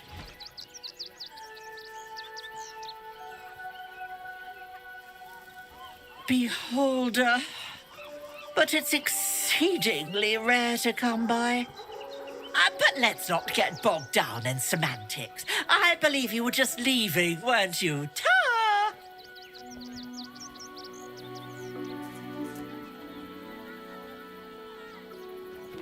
Ha! I'd actually enjoy watching you try. But let's not allow our baser natures to prevail. In truth, I've grown tired of this rooftop anyway. I'll be on my way then. There are a few places in the city I'd like to visit. I might have sussed some interesting items I'd rather like to get my paws upon. If I find anything interesting, I might even be willing to barter. Right. Ta-ra. Away.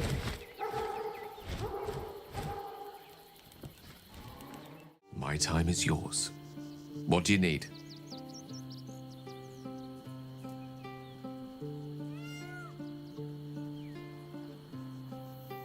A bile spawn? Gosh. I know what it is to have a closer connection than most with the gods. But with Baal, that's not a bond I'd like to be bound with. You should be careful. Very, very careful. The Tadpoles? The Absolute? It was because of you? I think you've said and done more than enough. Leave me be.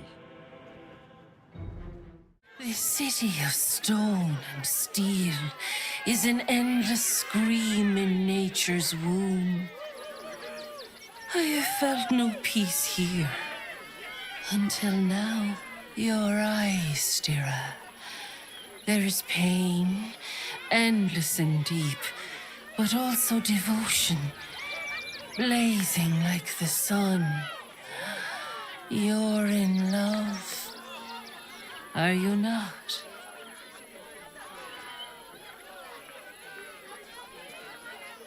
You are wise to admit it. When it comes to love, vulnerability is armor, truth a sword, and trust a shield. I pray you wield all three, Stira. Bring the one you love to me. I will look into your hearts and see if your love is eternal or doomed eternally.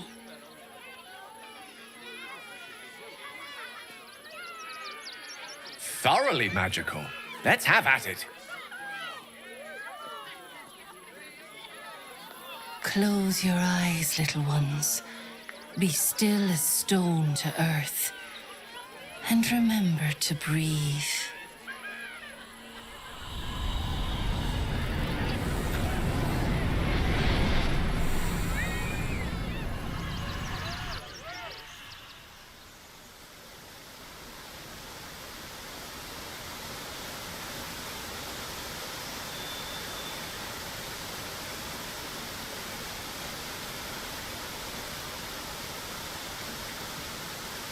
I see you. I see the bond between you. So tender, so fragile. But do you see it for yourselves? Gale, the learned wizard, the charming gentleman, the walking apocalypse. Listen, think. If the wizard were given the choice, what food would he be?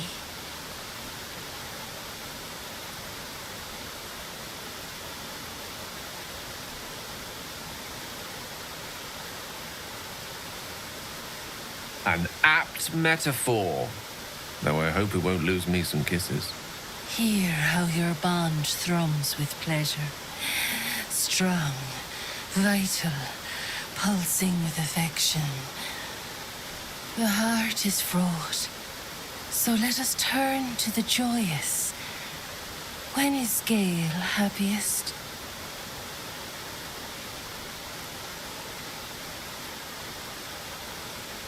Bravo. That is indeed where my mind wanders to when times are hard.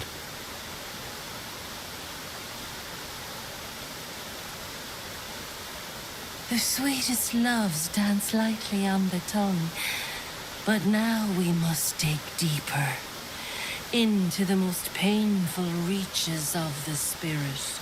We often gaze through a veil of roses, but love accepts both the petal and the thorn. Gale, what is his greatest flaw?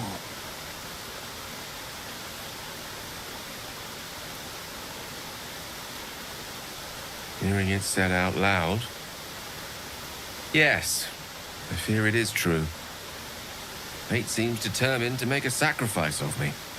But perhaps fate can yet be defied.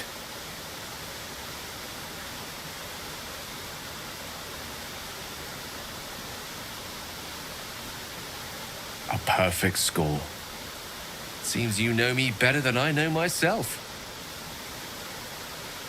How close you are. Two hearts beating a perfect rhythm. But I know the truth. Only one face haunts your dreams each night. Close your eyes, sweetness, and she will come to you.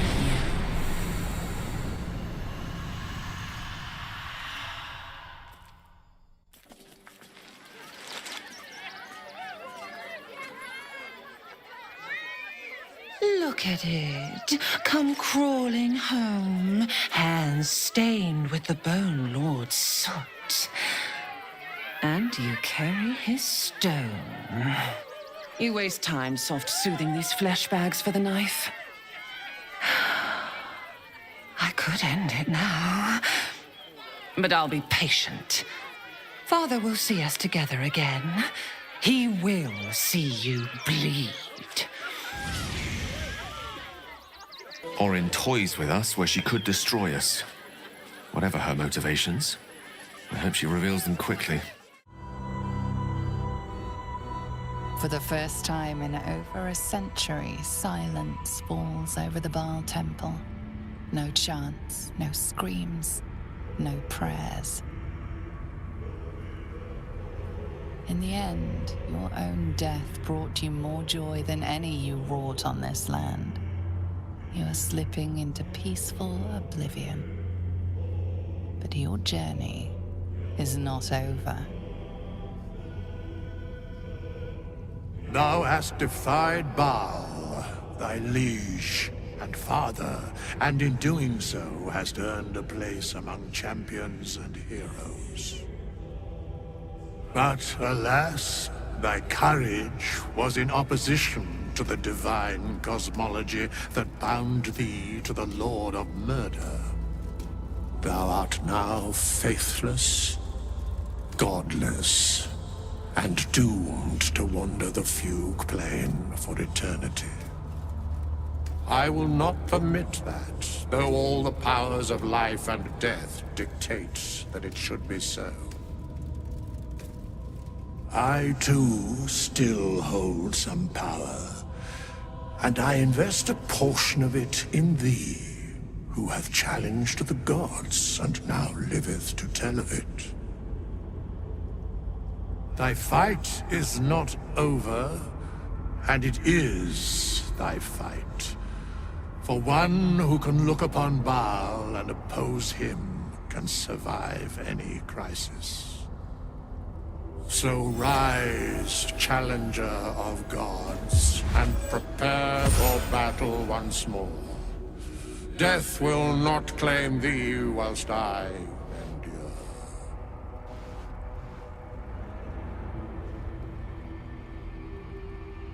A scribe, a seneschal, a keeper of records, and now thine advocate.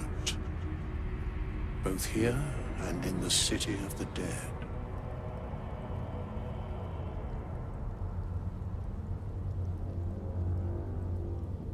I can only give what thou hast earned. Baal tried to extinguish thee, but his wrath is imprecise. He only succeeded in killing the part of thee he knew. The urge that drove thee to terrible acts, the spark of brutality that made thee his. But there is a new part of you that hath grown during thy travels. That part Baal could not extinguish, and so, instead of destroying thee, he hath made thee anew. Without you, I'd likely be long dead. Count me extremely grateful you're still here. The heart of a savior hath overshadowed the mind of a murderer. Thou hast vanquished thine urge. I share thine enthusiasm in mine own manner. Today thou art born anew. Pleasure to meet you again, my friend. Congratulations. That was hard fought and well deserved. You're free.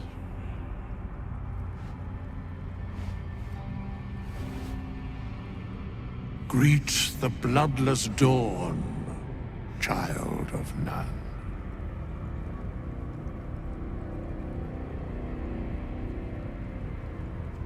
As it was, so it is again.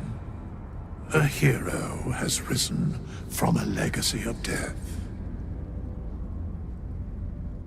Your new lease of life suits you rather well. What do you and your newborn vitality require of me?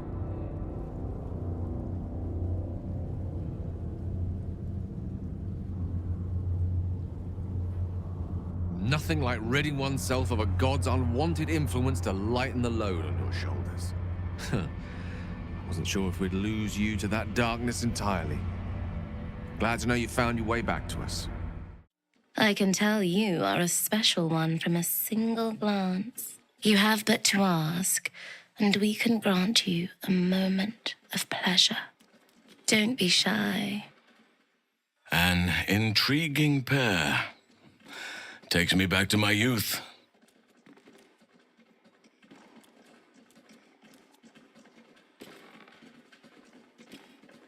What do you think, silly? Love, of course. Hot and vulgar with me, or sweet and sincere with my sister. Trust me, you don't want to miss my signature Mesobaranzan love trick. And is that your partner with you? What a gorgeous couple. Perhaps we could come to an agreement.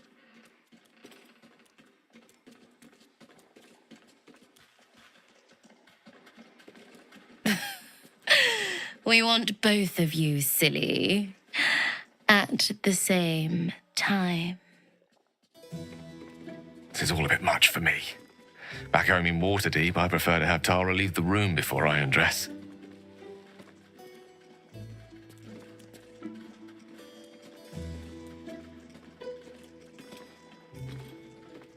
You're adorable, even when you're teasing me. But I must decline. I'd rather tangle with a dragon than get tangled in all those limbs. A shame. But either one of us will be ready for you, if you wish to have us.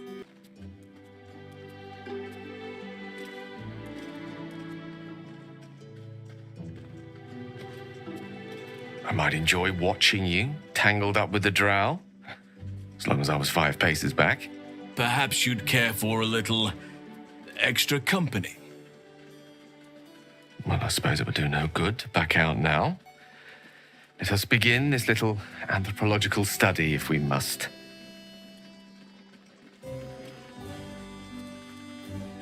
Oh, I suspect we shall be more than merry. Charming. There must be a sprinkling shower of gold first. Coin.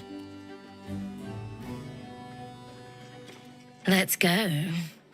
This is thrilling. Quite the merry little party we have assembled here.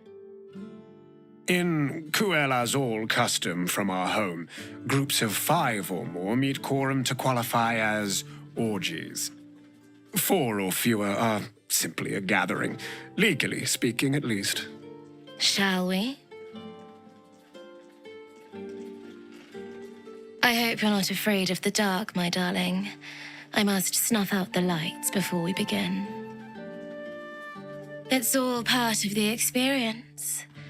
The room is bathed in total darkness, so there is nothing to distract from your ecstasy.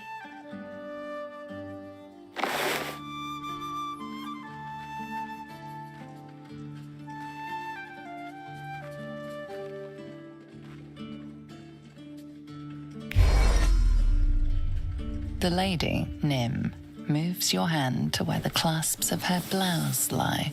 As soon as you begin, you hear a zap of magic over from where Gale last was. With a scamper, he's gone from the room, and in his place is...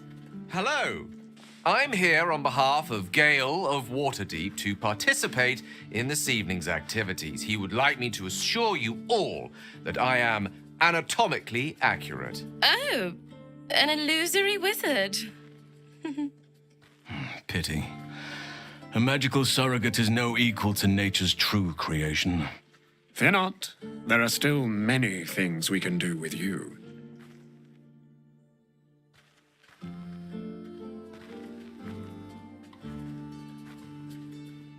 The Drow gasp as Halsin raises you up, your legs catching on his hips, as he clasps you close to his pelvis. Don't just stare, Gale. That mouth of yours can do better than just hang open, I'll wager. My word. I'll enjoy myself well enough from back here. You go on and do the rutting, or what have you. As you enjoy yourself with the Drow, the image of Gale tuts disapprovingly. But the orb in his naked chest glows with telltale excitement.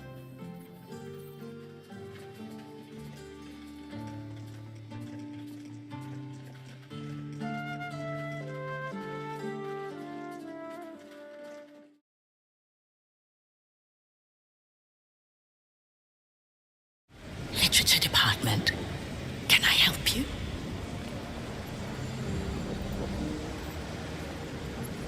Shh. These books are sensitive. They prefer an environment of quiet reverence.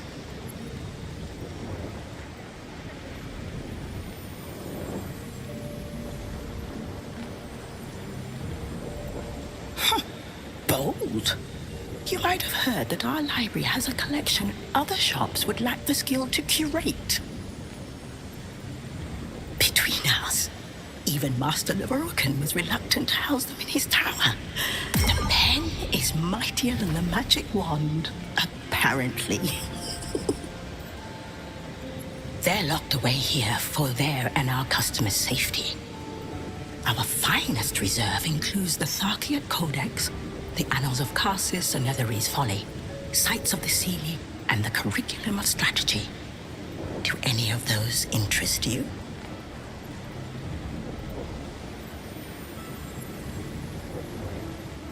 It is said to be written by Lord Karsus himself, the Netherese arcanist who attempted to replace the goddess Mystra, failed, and was banished for the attempt.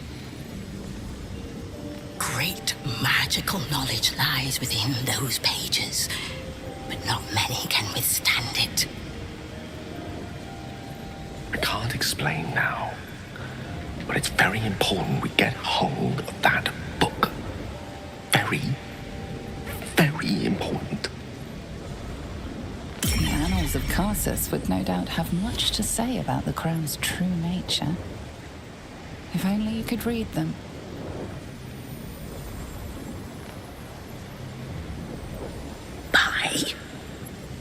Books as temperamental as these are not on sale. They are secured in our vault, where none can harm them, nor can they do any harm.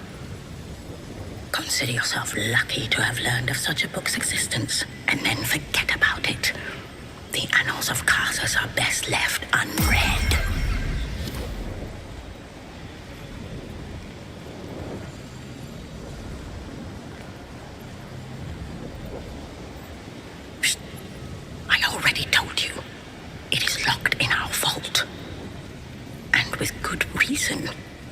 Imagine if a tome so dangerous was sold to someone with such poor comprehension.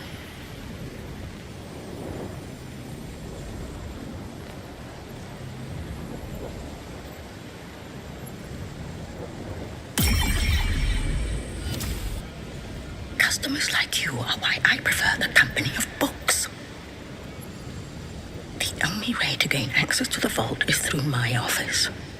And before you ask, no, you are not allowed in there either.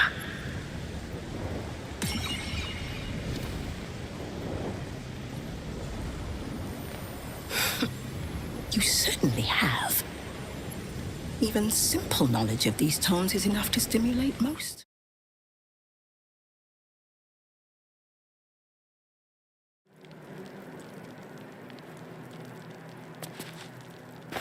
The Annals of Karsus. The preamble to a civilization's downfall, committed to parchment by the very hand that wrought its destruction. If my suspicions are correct, the crown currently perched atop the Elder Brain may be one of Karsus's design. And now we hold the very tome that could confirm it.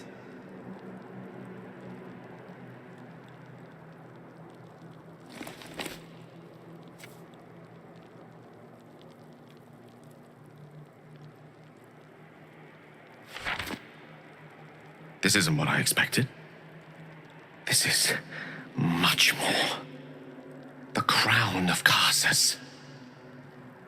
And this is no mere journal. It contains Karsus's original plans for the crown's construction.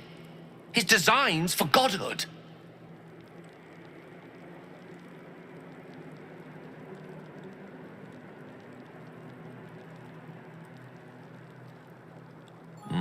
Not from scratch. Unless you happen to have several pounds of the purest Netherese metals in that pack of yours. Don't worry. I'm not asking you to surrender anything else on my account. What's called for here is something altogether different. The book states that the crown and netherstones were originally one construct, seemingly sundered at the moment of Karsus's downfall. If we can collect the crown's setting and the 3 netherstones, and with the correct invocation of certain spells and gestures detailed in these notes, I think I could reforge it.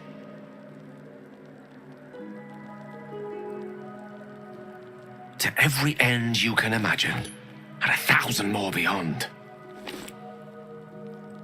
Just think of it. The power of the gods in mortal hands at last would be free of doctrine and dogma, confined only by the limits of our imaginations. We must discuss this further, but quietly, privately. Find me later, and I will show you something truly divine. I will show you what a crown like this could mean for both of us.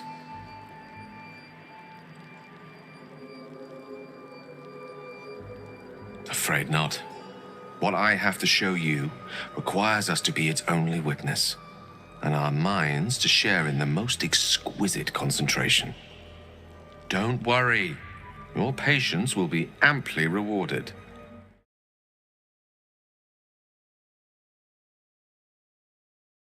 Gale of Waterdeep, as I live and breathe. As do you, I'm glad to see. Tell me, what curiosities did you discover within the walls of this esteemed emporium? The truth, Elminster. How Karsus's crown could yet be reforged or destroyed, as the case may be. Perhaps now you understand what is at stake here, my boy. Though what Mystra asked of you was extreme, it was not without merit, nor demanded lightly. She bids you come to her holy shrine in the Stormshore Tabernacle. There, she will grant you an audience at last. If it was up to her, I'd be a pile of ash along with the rest of the Shadowcurse lands by now. Can't imagine what she has to say to me. Sorry, perhaps? She does not make such a gesture lightly. The hourglass, measuring our time for such alternatives, has but a few grains remaining. If you will not hear it from me, hear it from your goddess. What truths she has to offer are for your ears alone. Gale of Waterdeep. Godspeed. So all it took to get Mystra's attention was to learn how to reforge an artifact that once destroyed her. It's obvious when you stop to think about it.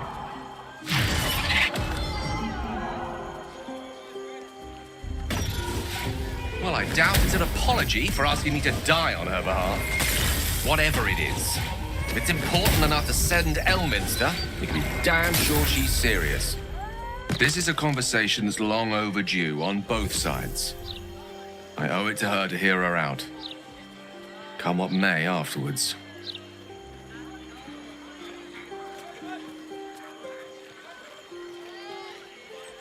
Mystra's many things, but she's no censor. Her job is not to judge those who use the weave, but to ensure it is protected. Whatever she has to say, I want to hear it. Only then will we know the truth of what lies ahead. I don't think I deserve you at times. I told you of my ambitions, the likes of which many would balk at. And yet you remain at my side.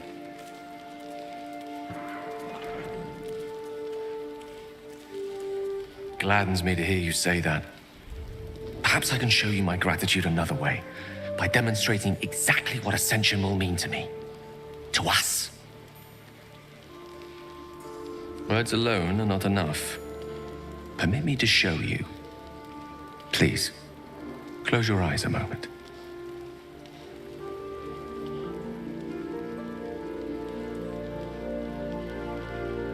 Astra navigamus. Few mortals ever glimpse what you're about to see. But don't be alarmed. I'm here with you. Now, open your eyes.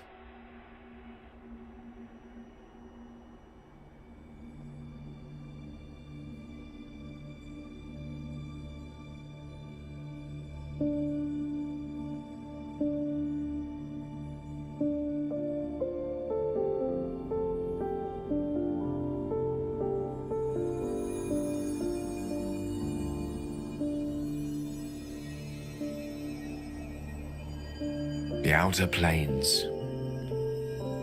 This is where gods dwell. They observe us from afar, where they make playthings of us. They will keep all of this from us. The power, the possibilities.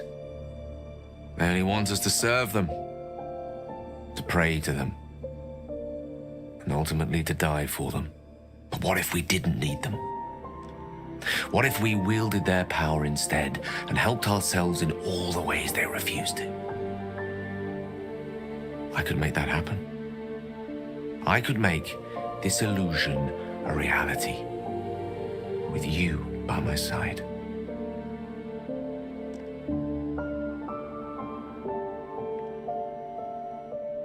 No, not like that. I don't want to join them, I want to better them. A god's powers paired with a mortal conscience, a mortal heart. The tadpoles, the orb, these threats to our existence. The gods could aid us if they wished, but instead they cower behind Io. So let us act ourselves. With the power of the crown, any foe would be rendered impotent. Any obstacle would be dwarfed by our might. I used to believe Mystra's forgiveness was worth dying for. But I was wrong. You showed me just how much I have to live for. With you, I forget, my goddess. I love you. Tell me you feel the same way. Tell me you want what I want. Please.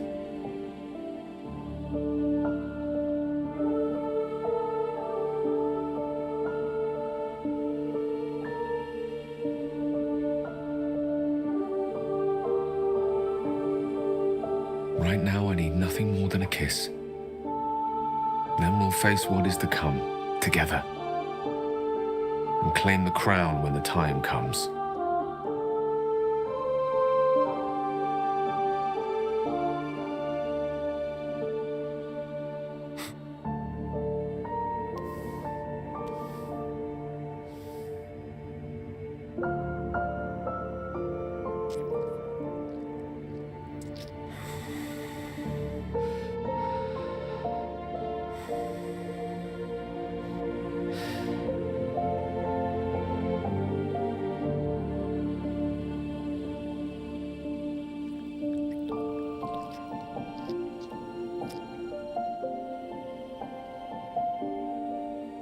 You put the stars to shame. Let's sit here another while. I want to drink you in.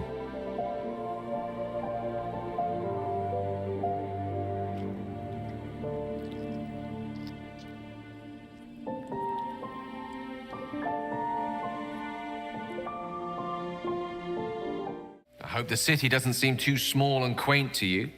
Now you've caught a glimpse of what lies above and beyond. I had hoped to have a word with you about that, in fact. Our little voyage to the stars.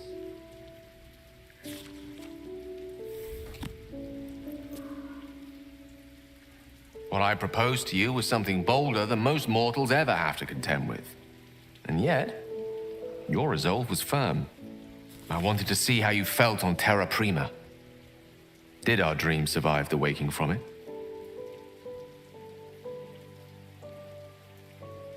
Then my sore arms, thank you. I can finally stop pinching myself. I can't tell you how glad I am not to face such an undertaking alone. We will succeed where Karsus failed, I'm sure of it. Standing, side by side, even against such intimidating odds. How could we not? My love?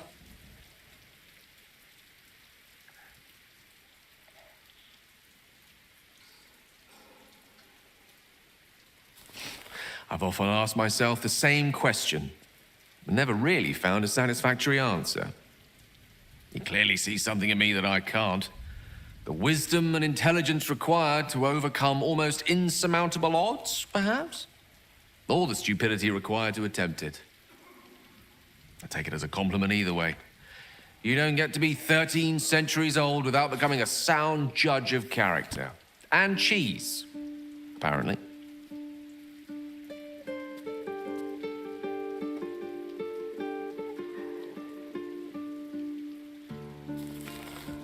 I regret many things in my life. Choosing to be here, intact and unexploded, is not one of them. For now, to have a few more days in your company, no. I wouldn't change a thing.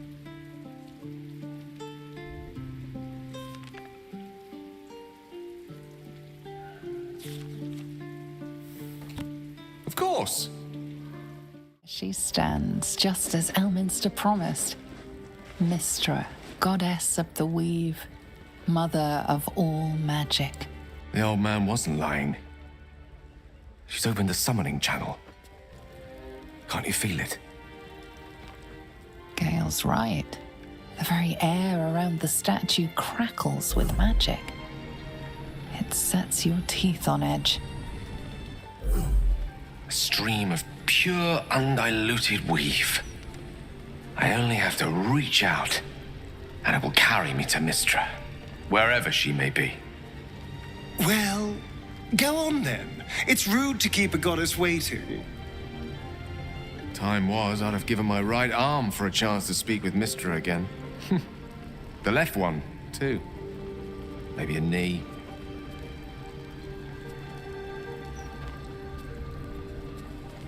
Am I? You're right. I am a strong, capable wizard. And this is no more than a casual reunion with an ex-lover. My omnipotent, omniscient ex-lover. I always wonder what being nervous would feel like. I hate it.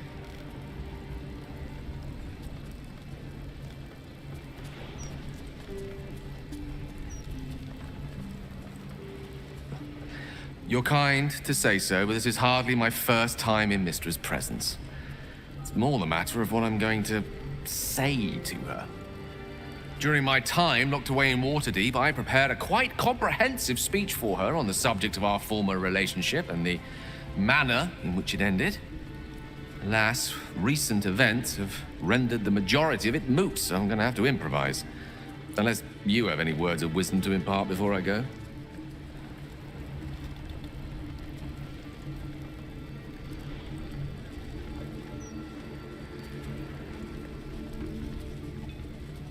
You'd make a fine three-dragon anti-player, you know? I think it's best I keep a cool head going into this. Approach it like a particularly high-risk round of three-dragon ante. I'll let Mystra show her flight, and then I can see how strong a chance we stand of winning the gambit. I'll only be gone for a matter of moments. The Outer Planes experience time quite differently to our own. Wait for me. Please.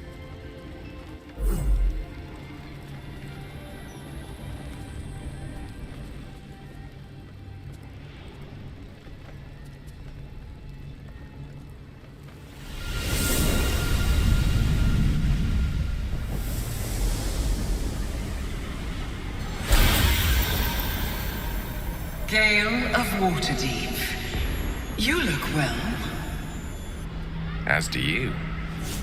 But I assume we're not here solely to exchange compliments. So why am I here? You discovered what lies at the heart of the Absolute, the crown of Karsus. And you disobeyed my instruction. Why? Because you had no right to ask that of me. You cast me out. Remember? You were my lover, my chosen. Yet still you know so little of me. The past cannot be undone with self-pity, nor can a future be forged. Only with the truth will you see the way ahead. The fragment of magic you tried to return to me was not of my creation. It was the Karsite weave. It is a corrupted, half-born magic, wrought in the brief moment Karsus ascended to godhood. It hungers for power, just as he did, and it can never be sated. You unleashed something that would consume all magic in existence, and yet you thought only of preserving yourself. So that's what you're scared of. With the crown of Karsus reforged, I could take control of the Karsite weave. You can no more control the Karsite weave than a weather vane could control a storm. That it entered your body and consumed no more than your powers was a miracle. But we will not be granted another. The only reason the orb sleeps is because I have allowed it to feed on the true weave. A temporary measure, but one that will not be enough to save us. With each day that passes, the Elder Brain threatens to become a new kind of god. Its worshippers, a scourge of soulless illithids. If you will not use the orb to end this abomination, then you must find a way to separate crown and host. When you've done this, you must surrender the crown of Karsus to me. Great ask indeed. You've given me much to think on, as you always did. So be it. Follow the needle of your own wisdom. We shall see how truly it leads you.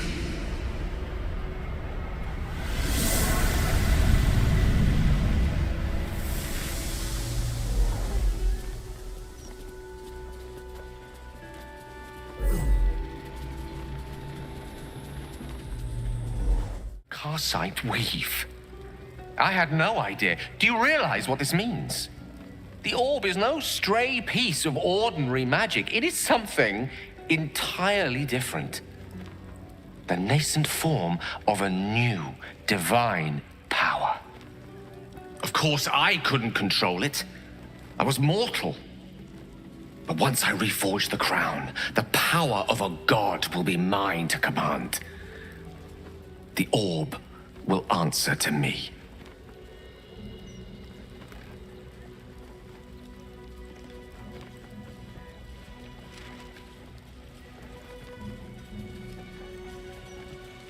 Slim to none, I hope.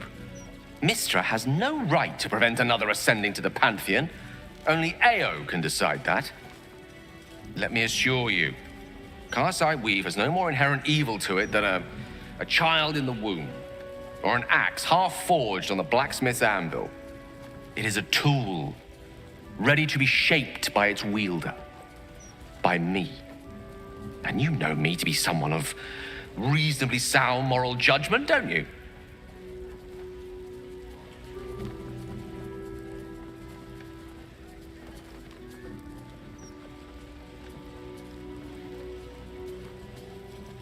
Gods, it's refreshing to share the company of someone who sees things the same way I do. All we need to do is stay focused on the task at hand, defeating that Elder Brain. After that, you can leave the rest to me. The scent of Netheril hangs heavy in this place. The brain is close, as is the crown. I'm glad we faced such a monster together.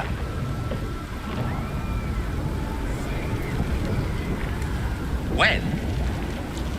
I'm glad you have such confidence in our endeavor. I confess, my own's not constructed from such immutable materials. I don't dare to picture the crown in my hands.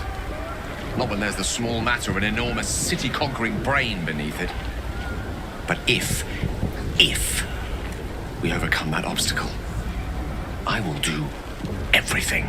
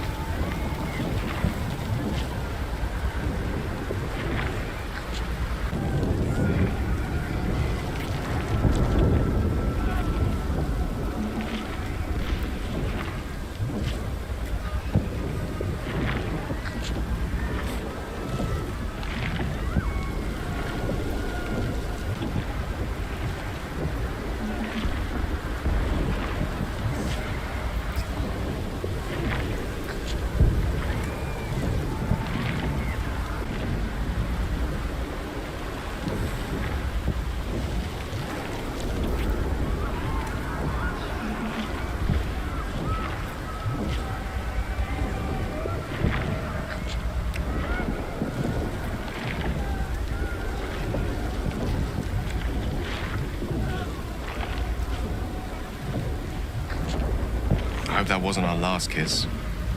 I'd take 1,000 more if I could. Can't you feel it? We're almost there. Once we ascend the Netherbrain stem, we'll be in touching distance of the crown, of reclaiming the powers of Karsus himself. I'm ready. Are you?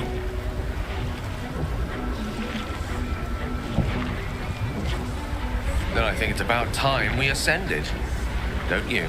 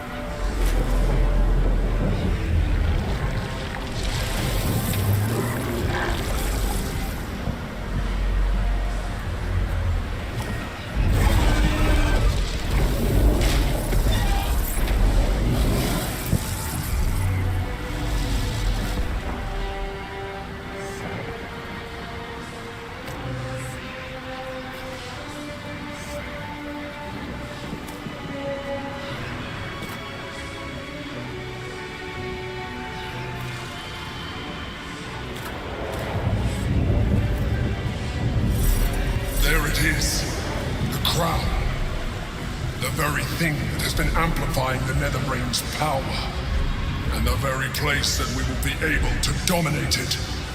That's where we should use the Nether Stones.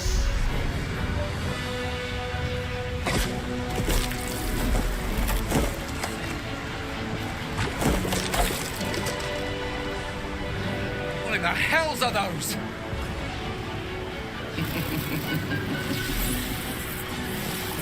There you are. The rat catcher that became alone. The wizard who defied a goddess. Nature's servant. Guardian of groves. Murder incarnate. You are spectacular specimens. You will make spectacular thralls!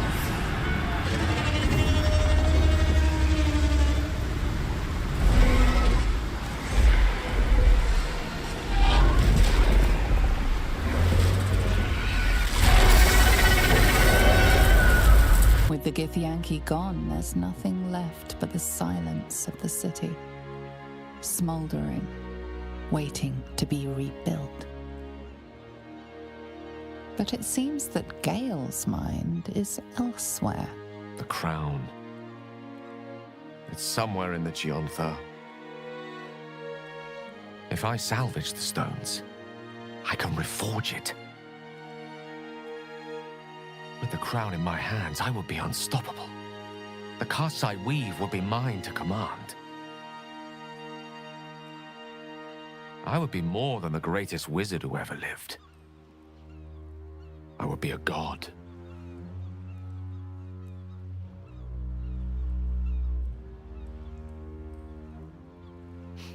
That day cannot come soon enough. But first, I must retrieve the crown.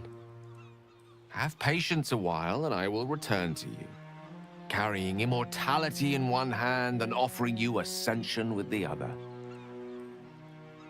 I will be a god, as will you.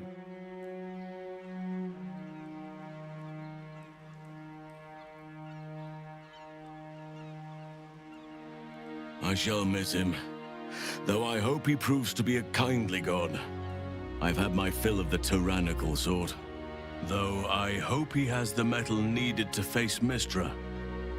She will not yield willingly, I fear.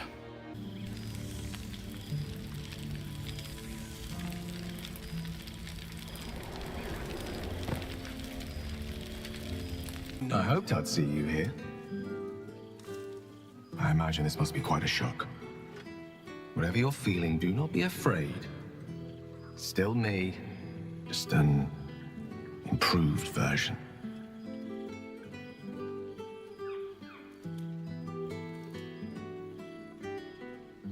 Forget you? Never.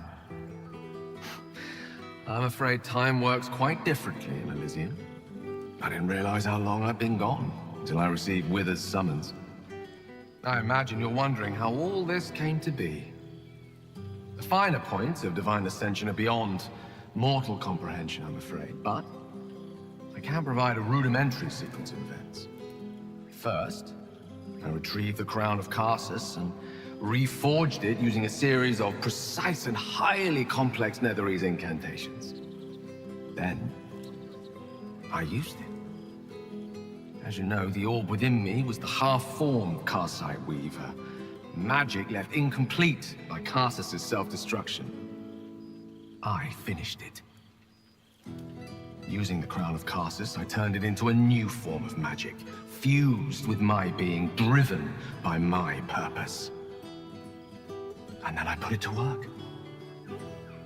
As expected, Mystra was unwilling to hand over the reins of the weave, so I've claimed dominion over another area which I've passing familiarity.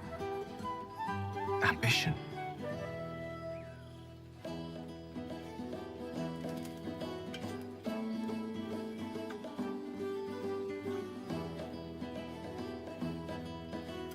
I assure you, this is merely the prelude to a far grander vision. Elysium's in for something of a shake-up. I can say this much for now. Mystra is welcome to her dominion. My aims are set a little higher than offering cursory blessings to just any half-decent spellcaster. I exist, not to bestow favors on my followers, but to inspire them to seize their destinies for themselves, exactly as I did. I'm their proof. Proof their hopes are not barren wastes, but the loamy soil in which their future achievements will flourish. Proof that with ambition, anything is possible.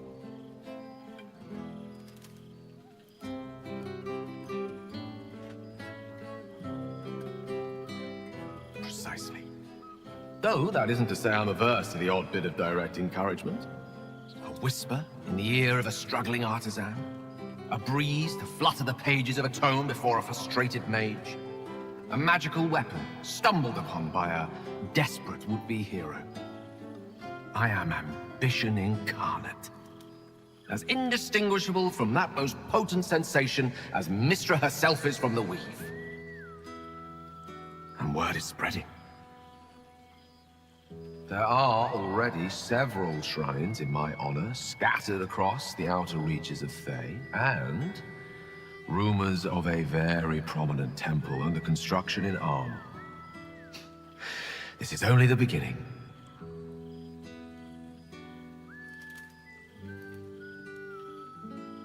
I see you won't be claiming the domain of patience in the heavens.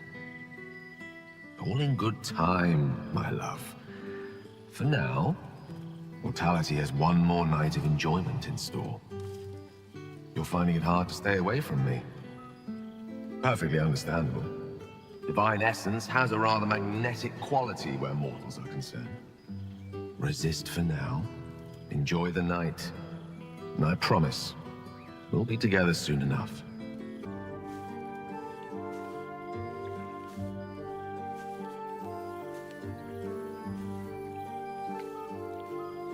So, it's time for me to return to the heavens.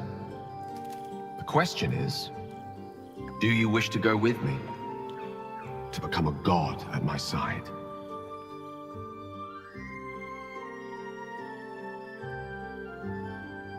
That is for you to decide, my love. Ambition made me what I am.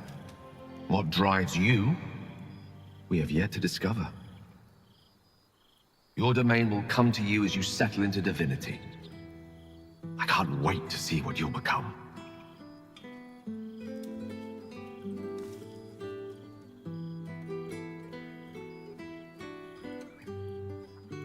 Then follow my lead.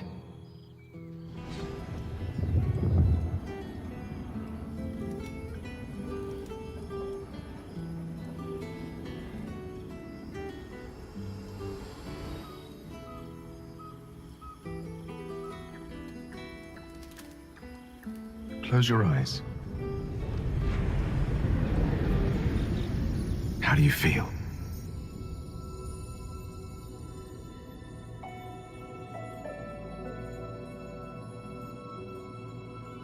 And that's just the beginning. I have so much more to show you.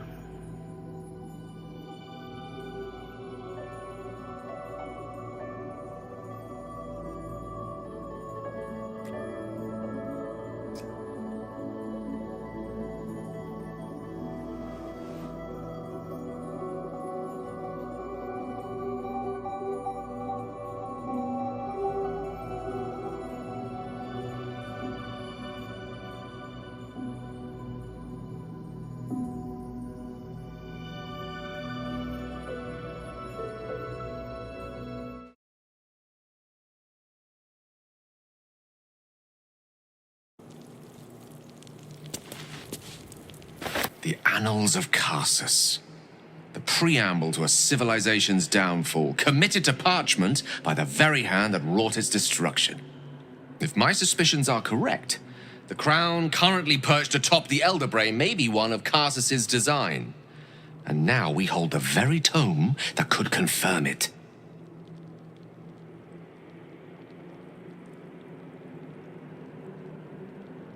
And since when have we sought to avoid trouble, eh? Come now, the knowledge lurking between those pages could help us greatly. Don't be a hindrance after being such a great help.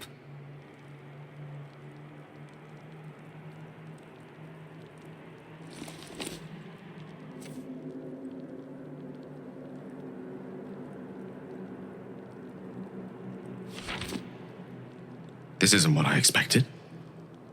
This is much more. The crown of Karsus. And this is no mere journal. It contains Karsus's original plans for the crown's construction. His designs for godhood.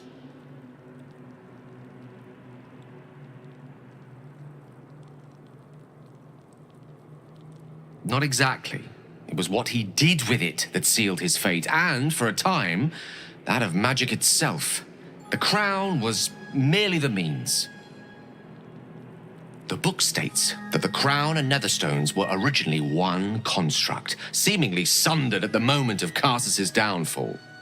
If we can collect the crown's setting and the 3 netherstones, and with the correct invocation of certain spells and gestures detailed in these notes, I think I could reforge it.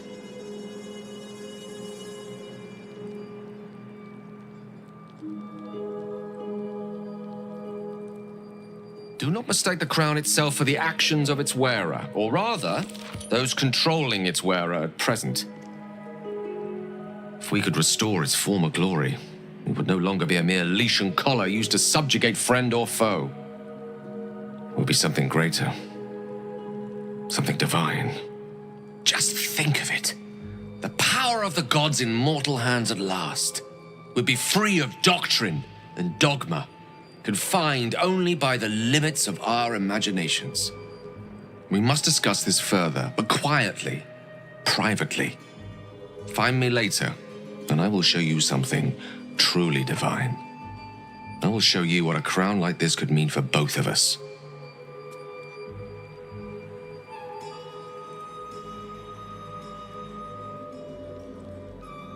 Please, don't be too hasty about this. It would be a pity to reach that conclusion without a true understanding of what this could mean for us. Don't worry. Your patience will be amply rewarded. To see. Tell me, what curiosities did you discover within the walls of this esteemed emporium? The truth, Elminster. How Karsus's crown could yet be reforged or destroyed, as the case may be. Perhaps now you understand what is at stake here, my boy. Though what Mystra asked of you was extreme, it was not without merit, nor demanded lightly. She bids you come to her holy shrine in the Stormshore Tabernacle. There, she will grant you an audience at last. If it was up to her, I'd be a pile of ash along with the rest of the Shadowcurse lands by now. Can't imagine what she has to say to me. Sorry, perhaps? She does not make such a gesture lightly. The hourglass, measuring our time for such alternatives, has but a few grains remaining. If you will not hear it from me, hear it from your goddess. What truths she has to offer are for your ears alone. Gale of Waterdeep. Godspeed. So all it took to get Mystra's attention was to learn how to reforge an artifact that once destroyed her. It's obvious when you stop to think about it.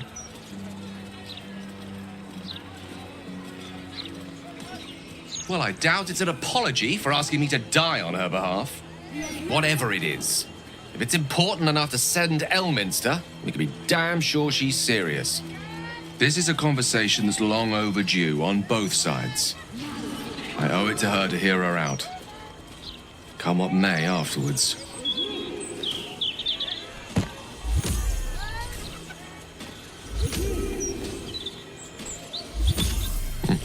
Very well.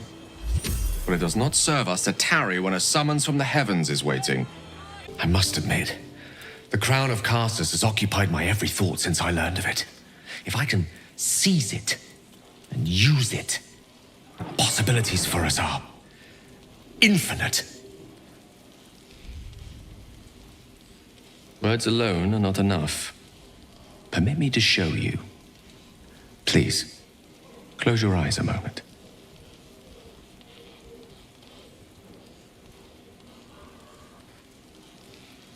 A little boat voyage, that's all. Indulge me.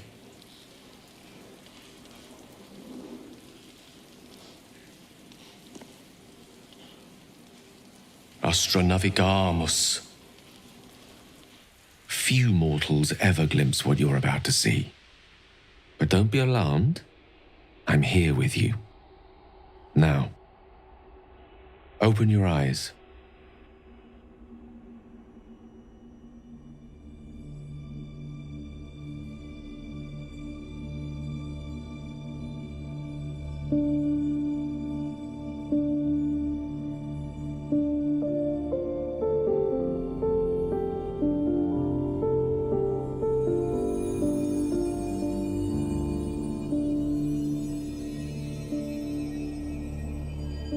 The outer planes. This is where gods dwell. They observe us from afar. where they make playthings of us. They will keep all of this from us. The power, the possibilities. They only want us to serve them, to pray to them, and ultimately to die for them. But what if we didn't need them? What if we wielded their power instead and helped ourselves in all the ways they refuse to? I could make that happen. I could make this illusion a reality, with you by my side.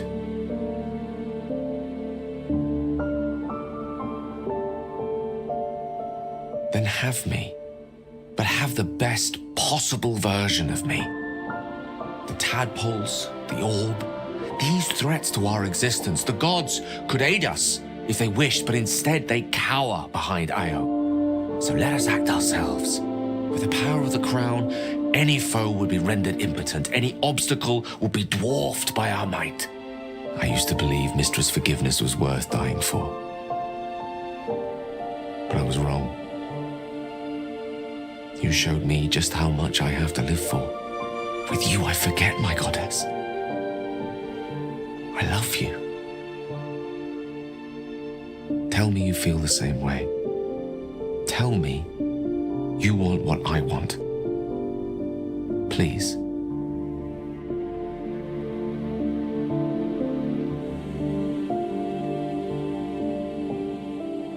But think what I offer. The vastness of eternity to explore, the weave at our fingertips. You would really prefer me as I am?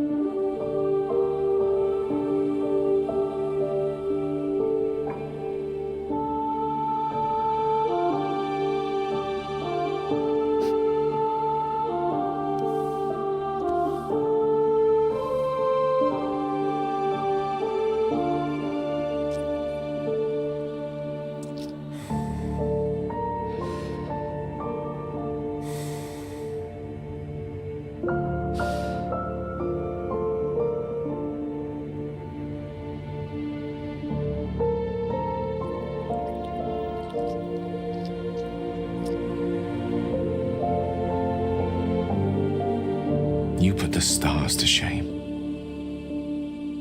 Let's sit here another while. I want to drink you in.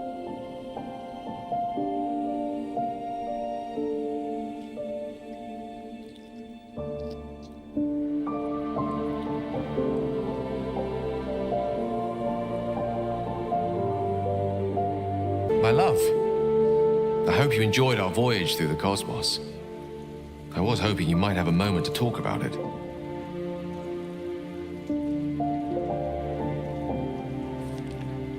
I hope you don't think less of me. Great ambition should not come at the expense of what you already hold dear. I see that now.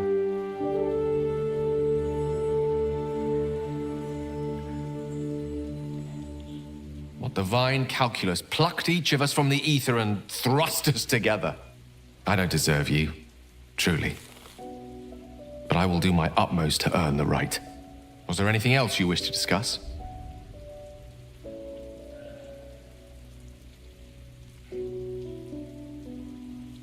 There's nothing that would give me greater pleasure.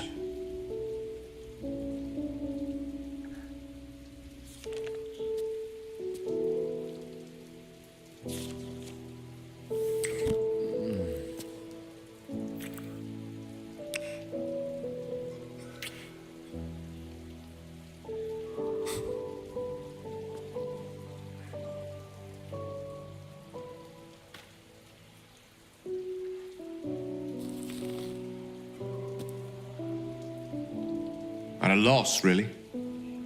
People have always commented on my confidence, sometimes my overconfidence. And in one particularly cutthroat assessment at university, my abject and incorrigible self-delusion.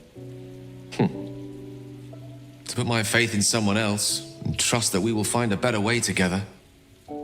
It's a rather new experience for me. One I'm enjoying for the most part. But a new one, nonetheless.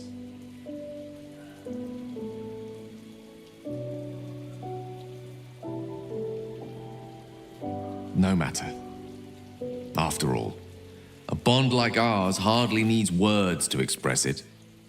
What else is troubling you?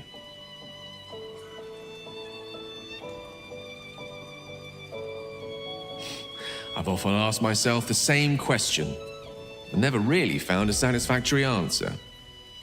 You clearly see something in me that I can't. The wisdom and intelligence required to overcome almost insurmountable odds, perhaps?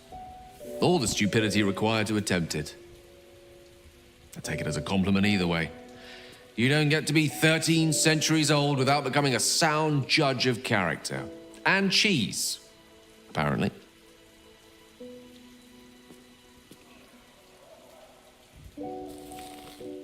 I regret many things in my life. Choosing to be here, intact and unexploded, is not one of them. For now, to have a few more days in your company, no. I wouldn't change a thing.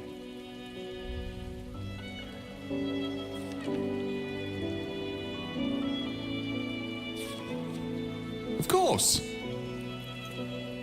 She stands just as Elminster promised.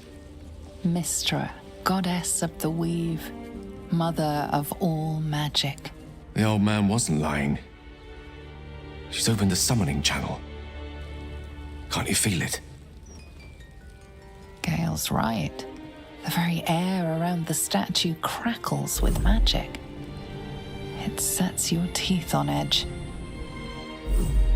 A stream of pure, undiluted weave. I only have to reach out, and it will carry me to Mystra, wherever she may be. Go on then, Gale. We'll be here waiting for you when you're finished. Time was, I'd have given my right arm for a chance to speak with Mystra again. The left one, too. Maybe a knee.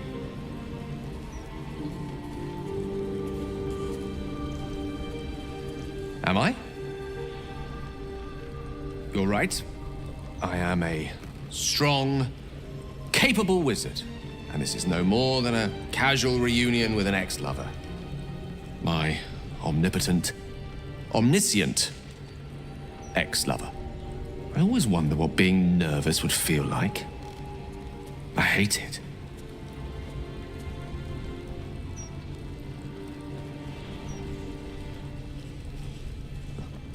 You're kind to say so, but this is hardly my first time in Mystra's presence. It's more the matter of what I'm going to say to her. During my time locked away in Waterdeep, I prepared a quite comprehensive speech for her on the subject of our former relationship and the manner in which it ended. Alas, recent events have rendered the majority of it moot, so I'm going to have to improvise. Unless you have any words of wisdom to impart before I go.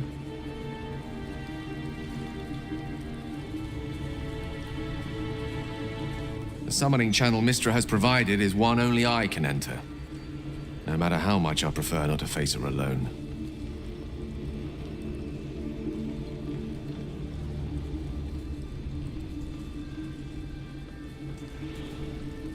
You're right.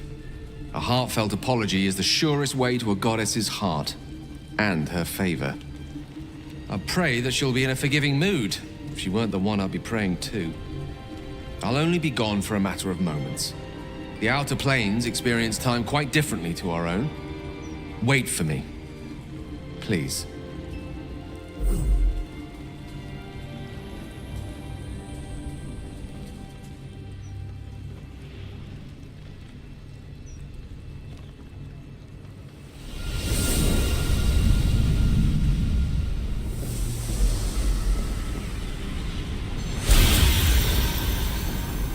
Gale of Waterdeep. You look well. Mystra.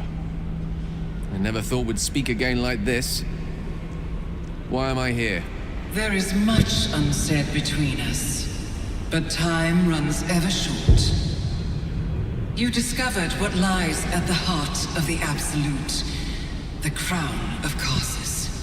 And you disobeyed my instruction. Why? I didn't want to die. And when I saw the crown, I thought I might not have to, if I only understood its power.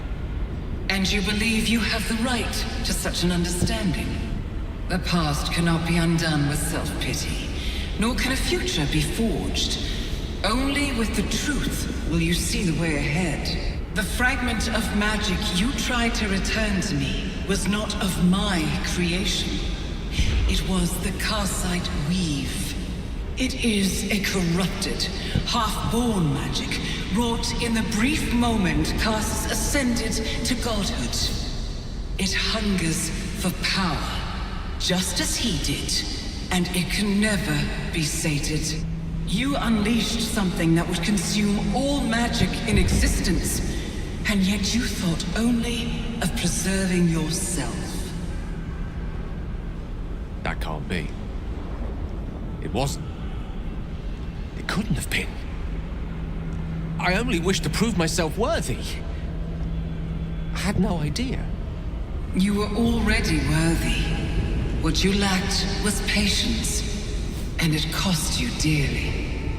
When the Karsite Weave entered your body, your gifts were the first thing it consumed. The only reason the orb sleeps is because I have allowed it to feed on the true weave. A temporary measure, but one that will not be enough to save us. With each day that passes, the Elder Brain threatens to become a new kind of god. Its worshippers, a scourge of soulless illithids. If you will not use the orb to end this abomination, then you must find a way to separate crown and host. When you've done this, you must surrender the crown of Karsus to me. I won't let you down again. When the Absolute is vanquished, I will surrender Karsus's powers to you. You have my word. Thank you. May the Weave's light guide your purpose, and its wisdom guide your hand. The future of magic rests on your shoulders, Gale of Waterdeep. I promise you, it is a burden you are strong enough to bear.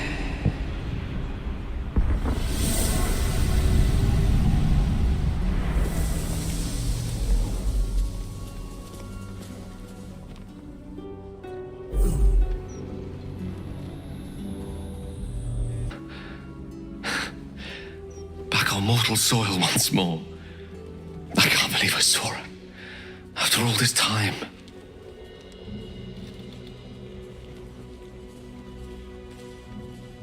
Relieved. Drained. Proud of myself for summoning the courage to go to her in the first place. And, if I'm being totally honest, a bit lightheaded. As if it wasn't enough to have seen her again. She didn't exactly summon me there for small talk. The Karsite Weave. Within me this whole time. I knew the orb was no ordinary ball of magic before it to be Karsus's malignant creation. Gods! How did I not see that?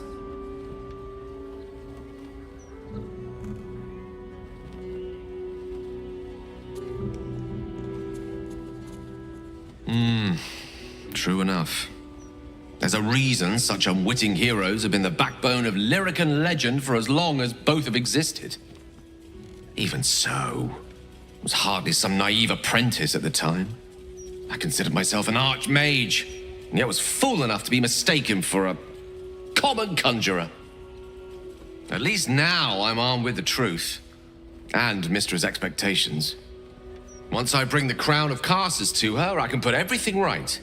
The orb, too. I'll be myself again, for all that's worth.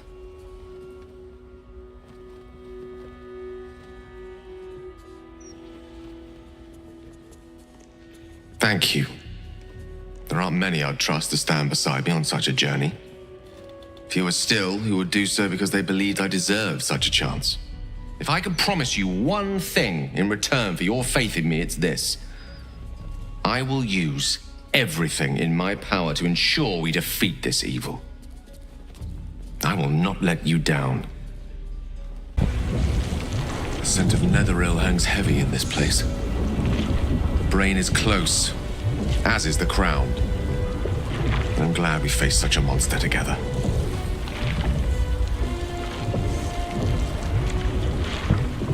when? I'm glad you have such confidence in our endeavor. I confess, my own's not constructed from such immutable materials. I made a promise to my goddess. One I will do my best to keep. For the sake of this city, I can only hope that my best will be enough.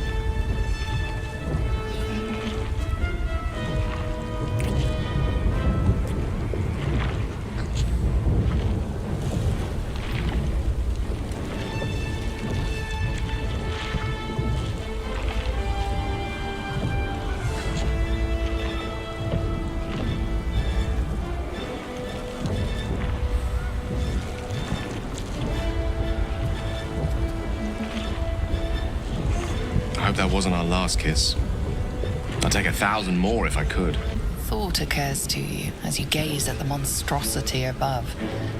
Gale's orb remains an option, one that could put an end to the Absolute once and for all. You're plotting something, aren't you?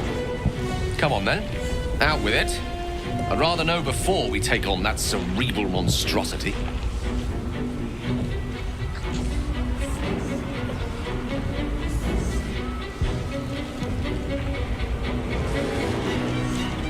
Viable a plan as any while staring into the maw of perdition.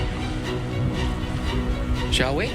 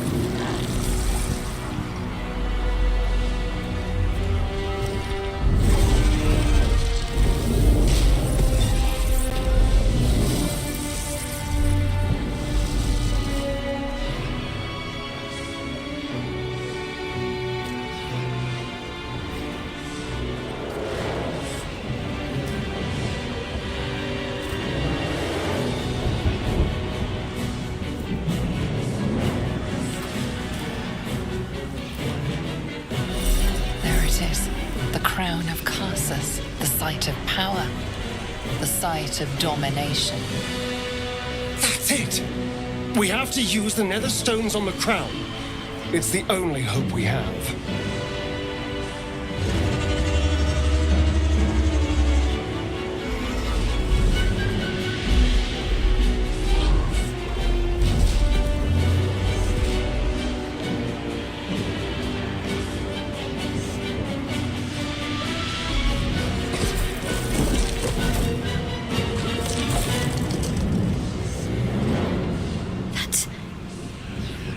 Person from my dreams. I know you. I know everything about you. Your thoughts, your feelings, your weaknesses. And so do they. But it seems that Gale's mind is elsewhere. The crown. It's somewhere in the Gionthar. If I salvage the stones, I can reforge it. And once I have, I'll return it to Mystra. She'll cure me of my affliction, and I'll finally be free. And a more deserving one this time around. If this adventure has taught me anything, it's that there are things in this world far more valuable than power. You, for example. You're always wiser than me when it mattered most. Besides, growing quite fond of this merry band of ours, and I'd quite like to see what happens to it. I'm sure Mystra will summon me soon enough, but until then, I propose we celebrate our victory the mortal way, with a drink in our hands and reckless abandon in our hearts.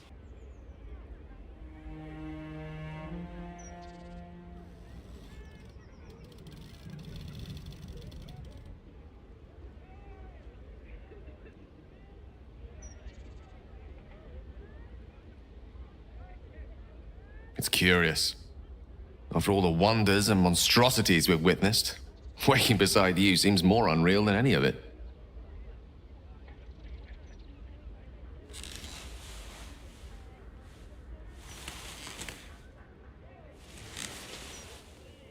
I've forgotten what it felt like to greet a sunrise without fear of it being my last.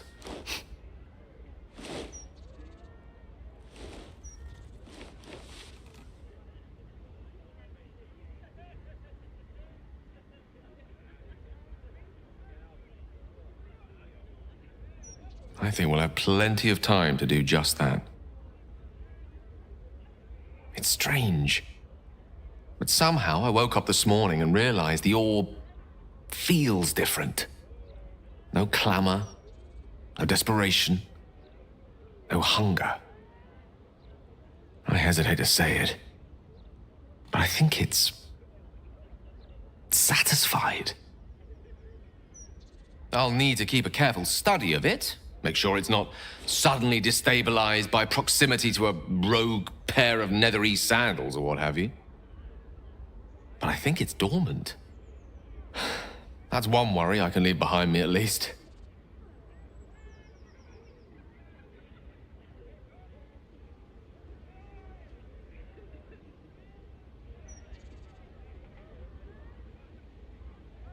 Quite. Though on the subject of our future plans, there was something I wanted to discuss with you.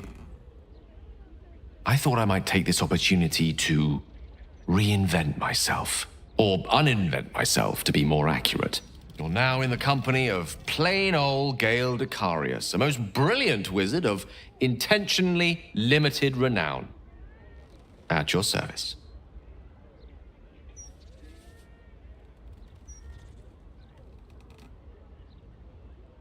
Now, I believe this is the moment where I should get to my point, so to speak.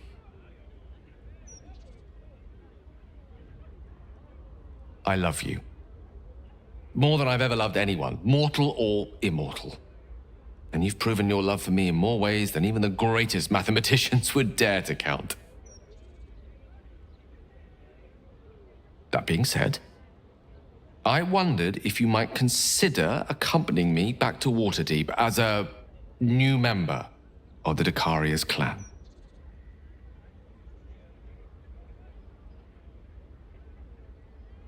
I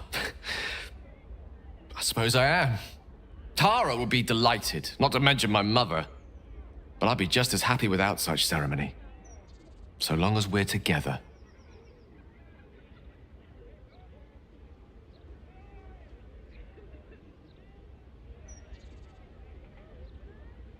You will? Oh, thank goodness for that. We'll need to make the arrangements, of course. The Decarius clan is scattered far and wide, and you'll have invites of your own to send out, I'm sure. But that's all to come.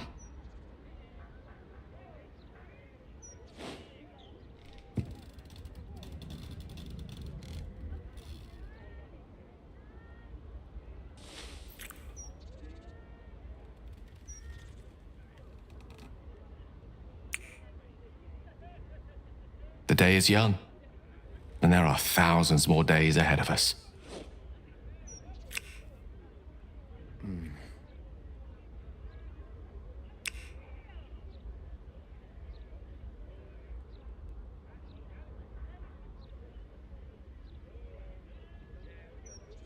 You and Gale have made a home for yourselves in Waterdeep. Sometimes it isn't clear what he loves more, his research or you. But when he looks into your eyes or up at the stars while he sits by your side, you know the answer. One such night, your reveries are interrupted by an embarrassed apprentice delivering an urgent message written in a frail hand. An invitation to a gathering of former allies, those who stood with you against the Netherbrains 6 months ago. Gale the adventurer has quickly become Gale the academic, but he's all too happy to leave his tower for this meeting. You're quite certain I look acceptable? I can't remember when I last wore something other than my teaching robes. Feels a little odd to find myself in something so unsinged.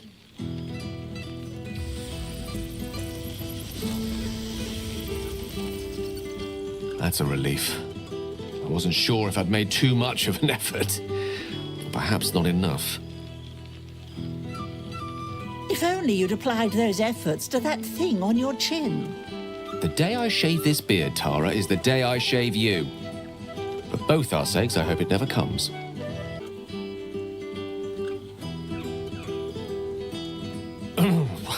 Not in front of Tara, please. Oh, don't mind me. I'm only your oldest friend and your mother's most voluble confidant. Do whatever you please. I don't mind.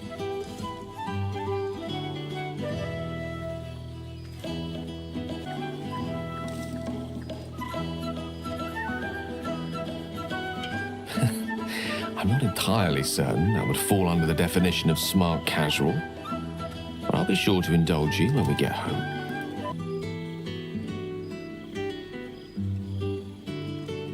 Perhaps I am overthinking things a little. I do rather like what I'm wearing. No harm in taking pride in your appearance, Mr. Dekarios. Though I do so wish you'd take more pride in that chin of yours.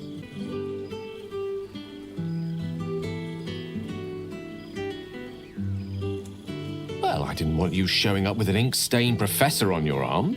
Not in such esteemed company. I won't keep you to myself for too long, but while I have you, I want to say thank you for encouraging me to attend this evening. Teaching at Blackstaff Academy has proven such an unexpected pleasure. Sometimes I find it hard to tear myself away. Just one of the myriad unexpected ways life has delighted me in recent months. Even my own city feels new to me, now that I share it with you.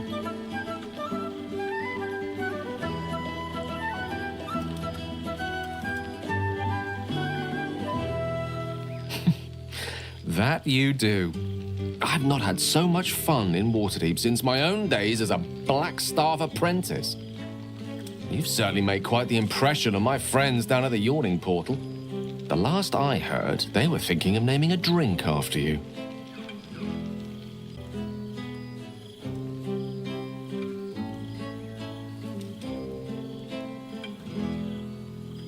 An impression I'm delighted the city has managed to redeem. As have I hope.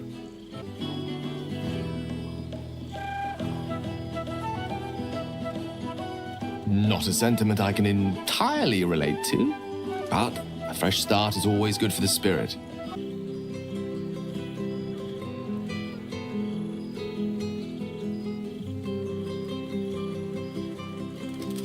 I'm just glad you're happy there. When we met, our lives were rather different, and being here this evening, well, reminds me how much has changed. When Mystra quelled the orb at last, she did more than rid me of its threat. She created room for hope, where once I only felt despair. Standing here, now, I no longer see the people we were. Frightened, desperate, alone. We changed. We survived. And we did it together. I've missed them. I've missed this.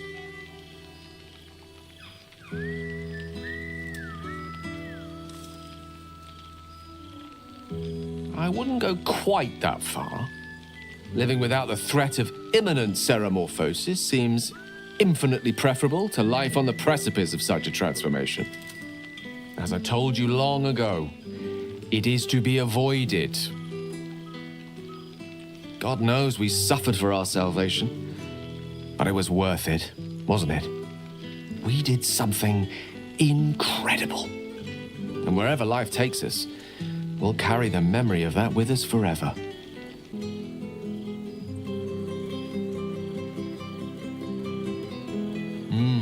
I suggest we steer clear of the trades war during Joaquin Tide in that case. The perils we faced are but trifles compared to those inflicted by the shoppers of Waterdeep when there's a bargain to be had.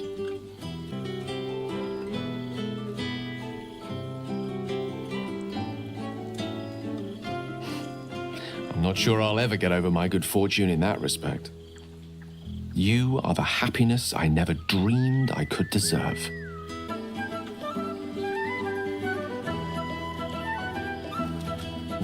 No. I prefer the warmth of my library's hearth these days.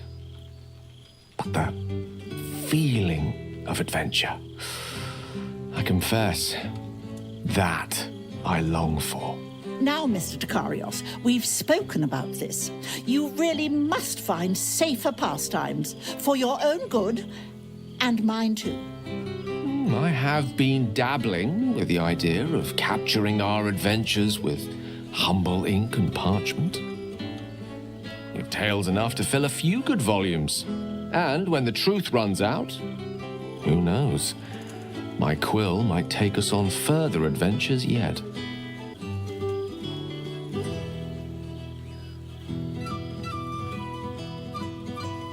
And I'm quite certain they're as delighted to see you as you are to see them. Speaking of which, I think it's high time you bless someone other than myself with your inimitable presence.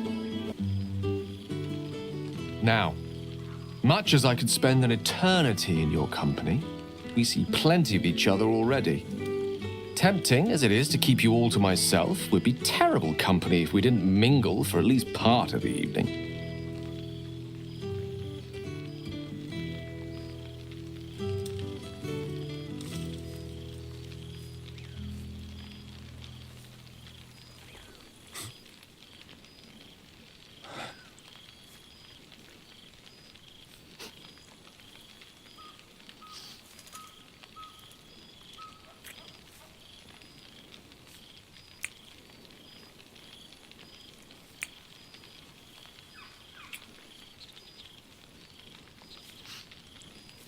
I love you.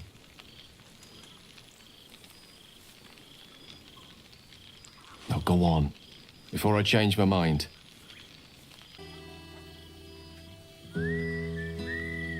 Enjoy yourself, my love. I'll be right here if you need me. Or else somewhere near the buffet. I know my charm is intoxicating, but let's not be poor company. Go, have fun. I promise I'll stay out of trouble for one evening. Oh, hello, darling. I wasn't sure you'd make it.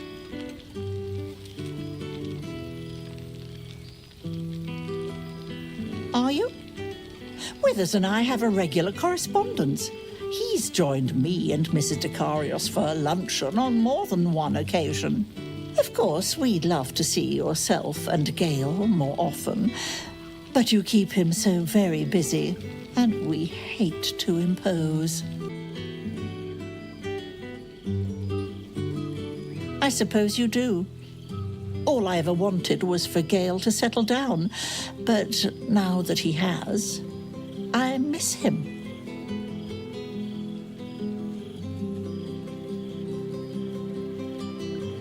Yes, I am. And you're a dear for putting up with this cranky old Tressym. I may show my claws now and then, but I hope I never scratch you too deeply. Gale, on the other hand, the way he leaves his potions in absolute disarray. I know for certain he wasn't raised in a barn, but you'd never know it. We must begin our campaign to set him on the straight and narrow when we return home.